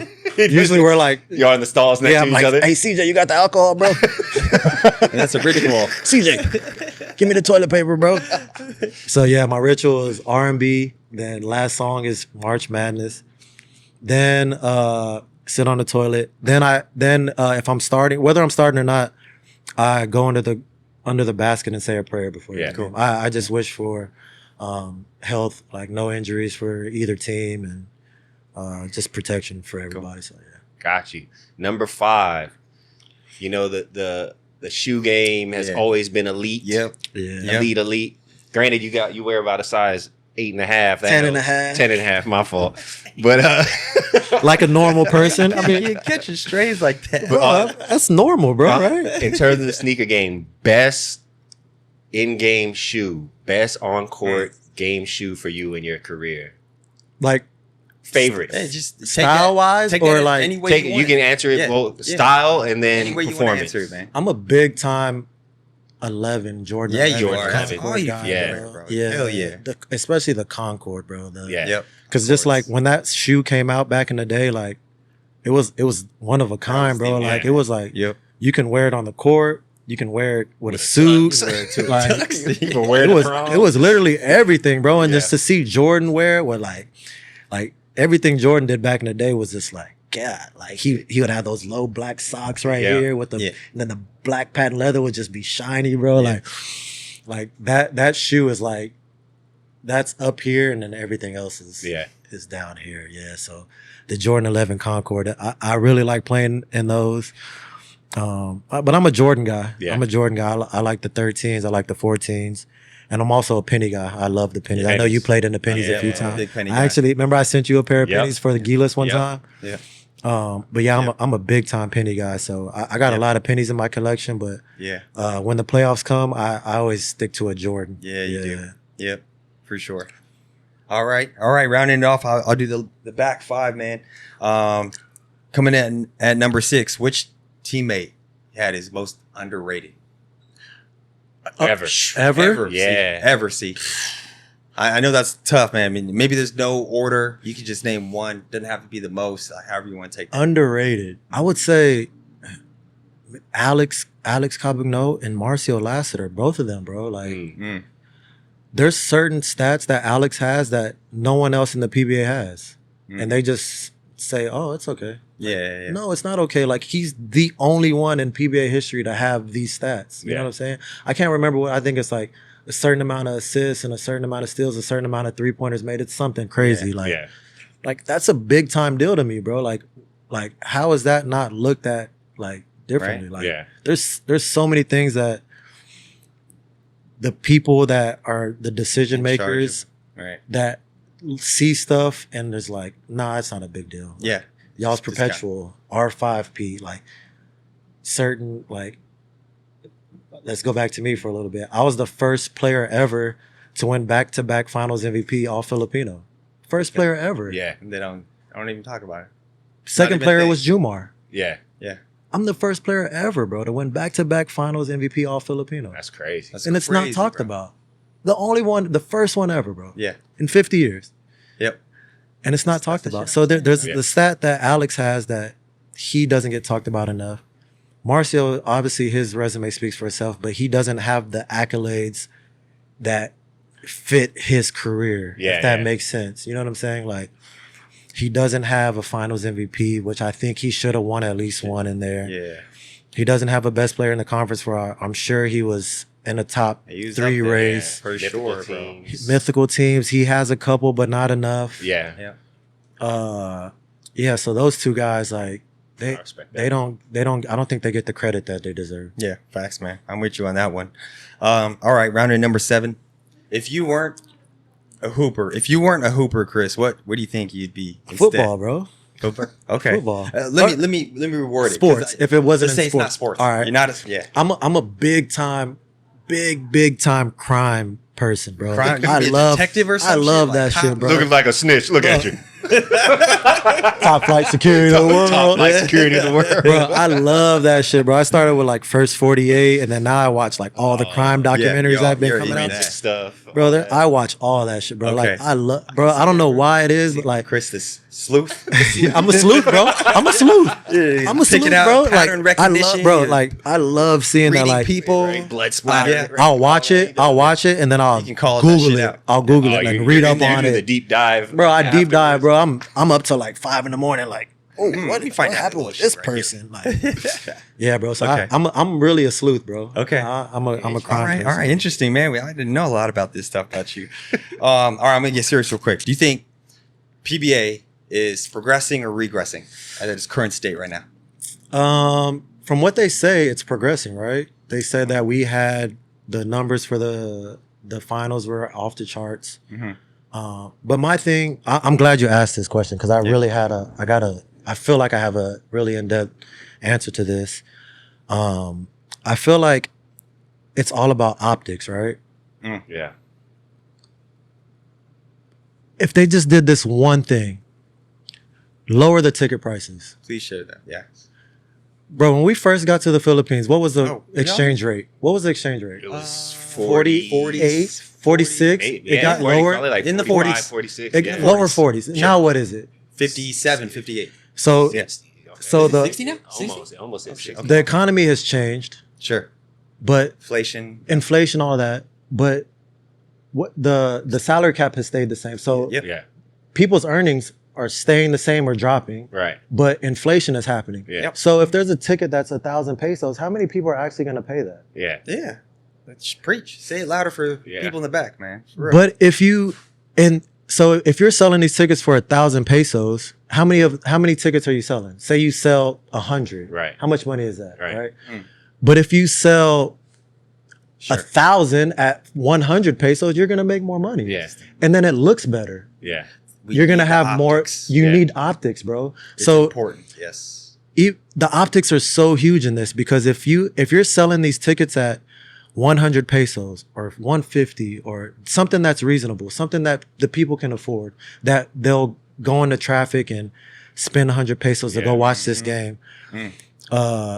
Now you have sponsors that are coming in. They see They see the attention. they see the attention. They see, oh, there's 15,000 people at this game. Yeah. I can see my. Can I want get my into product. this? Yeah, of Can I course I can I want get my my product. product into this? Exactly. Now you have Yes. more money flowing into the Yeah. PBA, Mm-hmm. more money than they already So have. it's just a small adjustment. It's not a big change. One thing to me, Yeah. Yeah. That's all lower I'm the saying. ticket prices. I'm with you, man. In the Amen. MPBL, sometimes the guys, I don't know if the owners of the teams buy out the tickets and give them out for free. Yeah. But the games are optics- the optics. It's like looks they'll show a picture on Facebook or Instagram. Look at the MPBL regular season game. It's packed. Look at the PBA regular season game. There's no one here.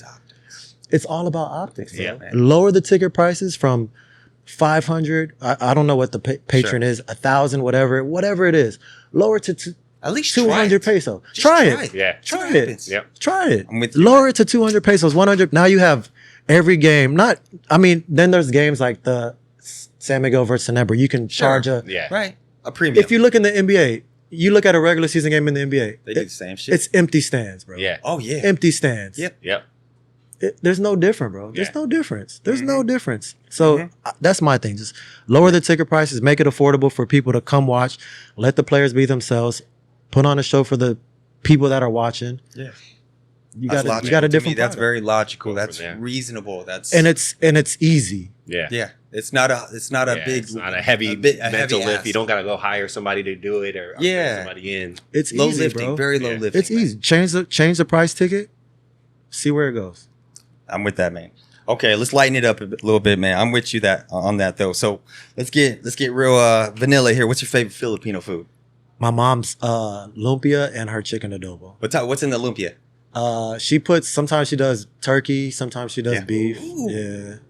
Caught But me off guard with the she turkey. like ever since we were kids, bro. She'll just go. She makes them on her own. She from scratch. She'll roll like 300 at a time, bro. Like crank 'em out. everyone at the crib in the States, they're like, "Yo, can your mom make lumpia for me? I'm having a party." I'm like, "Yeah." She charges like $50 for There you 2 go. dozen or something, Yeah. and they're like, "Yeah, I'll pay that, bro." Like, like the lumpia is a big Okay. time thing in the Ross household. Okay.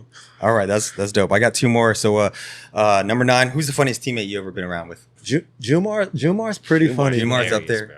But it's like when he does say something, it's like between Jumar and Mo, like their commentary, bro. I bet that shit. Because I bet Jumar it's getting dumber. and Mo guard each other in practice, right? Yeah. And then Mo says his stuff like, "June, you lucky I ain't on the other team, bro. Like Yeah. you're really 9-time MVP." That's what Mo says I to can see Mo Jumar. saying that. And then Jumar be like Jumar's thing is like, "Man, I'm tired of carrying you guys. My back hurts." So if you look at Jumar's last post, I commented like, I'm like, "Yo, you're welcome, bro. My back hurts." Like I'd be like telling Jumar like, "Bro, I'm tired of carrying you, bro," because that's Jumar's joke. Like, That's his he'll thing. say he's tired of carrying us. But besides those two, I'm trying to think back to Morocco, who was funny. I know we had There was a Santa Lucia name I thought you were gonna talk about. Mouse. There it is. Chris Bacana. I didn't want to He lead it. just texted me, bro. I just get saw his random dad, like last week. His dad just texted me too, bro. Like, bro, I want to show y'all like. Chris Bacana, Bro. knows. Please go back in your Everyone's PBA got Look what archive. look at me in his text thread. We might not be able to share this. No, but he's a clown, bro. And he'll just message me like one time he messaged me out the blue and like for the first time in like 2 years Just what's up, bro? with an emoji. Not even no words. No words. It was an emoji. I like it. First time in 2 years, I bro. like it. Mouse. Yeah, he's a clown. But he actually came to my house a couple years back and he's a clown, bro. Yeah, Mouse is And Mouse. Mouse could hoop too. Shout out to Mouse. Mouse Yeah, he could could, Mouse man. was a solid He's basketball super, bro. player. He was, man. All right, last one, man. What's the best piece of advice you got that you got to carry on, like as a leader? You know what I'm saying? Like that you would use before you were coming into your own as a leader. What's something you kind of hanged on? Advice for me is like my rookie year, my brother told me when I wasn't playing as well. He was like, "Chris, if you want this to be your livelihood, you got to treat it like so." Mm. So that's Pro's when pro. that you got to be a pro's pro. You got to be a pro, right? So, there was certain things my rookie year where it was self-inflicted that I did that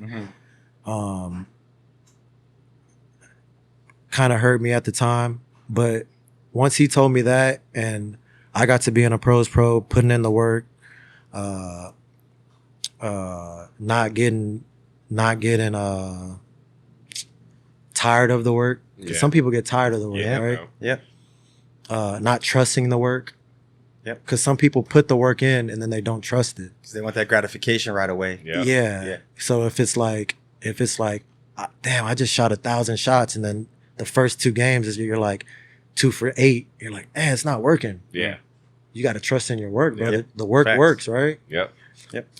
So that's some advice, some really good advice. Like, for one is to put in the work, and 2 is to trust the work. Yeah. Because if you don't trust the work, then the work was done for no reason, right? Mm-hmm. And in vain. Preach, man. It's like when I work out, when I get stuff done after practice on the court, it's only stuff that I'm doing in the game. Yep. I'm shooting spot up shots and Yep. the spots, my hot spots, and passing to Marcio. And you know what I'm saying? Like, I'm not doing dribble step backs. Like, that's not. Yeah. I don't think it's a good shot. I call me old school. Yeah. Like, my team is so talented to where it's like, all right. Obviously, it's in like CJ does it when he's like it's a lot of the times when it's end of the shot clock, but he works on it. But it's like we don't need 5 people doing that. Yeah. You know what I'm saying? Yeah. Like, I know my role on the team. I know that I'm gonna be a catch and shoot guy. I'm gonna be a guy that gets in the paint and sprays out. Or, so I only work on things that I'm gonna do in the game. So that's another thing. Like, trust your work, but be smart with your work. It's not like don't be in the gym. Like, I can get 30 minutes of work in on my shot and be more complete than if I'm in there for 2 hours doing random stuff that I know I'm not gonna do. Be purposeful. Yeah. So that's what's helped me in my career is like just working on stuff that I know is gonna translate to the game. Yeah, makes sense, man. That's something good. That's good advice for you young Hoopers out there to take notes in, fellas. Yeah. So as we wrap this up, man, I know Saul, he wouldn't let us walk out of here without giving you your flowers. 100% on the person you are, the player you are. I'll let JD get us started. I'll go next. Yeah, but go ahead, JD. Man, you know, just your appreciation for our guy, C. Ross. I am so happy that you have the career that you have, because you've had to go through so much adversity and so many moments like that we talked about on the show that you had to overcome, that probably 90%, 95% that would go through something like that, they would not be able to pull through the way you did. And you've given so much back already to the game. I know you still got runway left, and I can say right now that I think the team that you've been on, the Death 5, like, that's the greatest team of all time in the 50-year history, man. And you're leading that team. Yeah, you can stamp your feet on Philippine basketball history, greatest team of all time. You know, C Money right there, C Ross, and just, man, all the shit that you've been through and what you still have in front of you, man. I'm just proud I get to be a part of that journey somehow. I get to sit back. I get to watch the rest of your journey unfold, and I'm just happy I could be your friend. Yeah. I know you got a lot of juice left in the tank, OG. And it feels like the gaslight is on, my boy. It feels like, you know, when you're out there moving, tricking them young kids, and it's, keep one for us, baby. Hey, I'm doing what I'm saying? I'm doing it. I told Kelly after the game, I was like, bro, keep going, bro. Let's do it for the 40 and ups, bro. So I'm always cheering you on, man. When we're watching you hoop, and just, man, I love seeing you do the thing that you've done.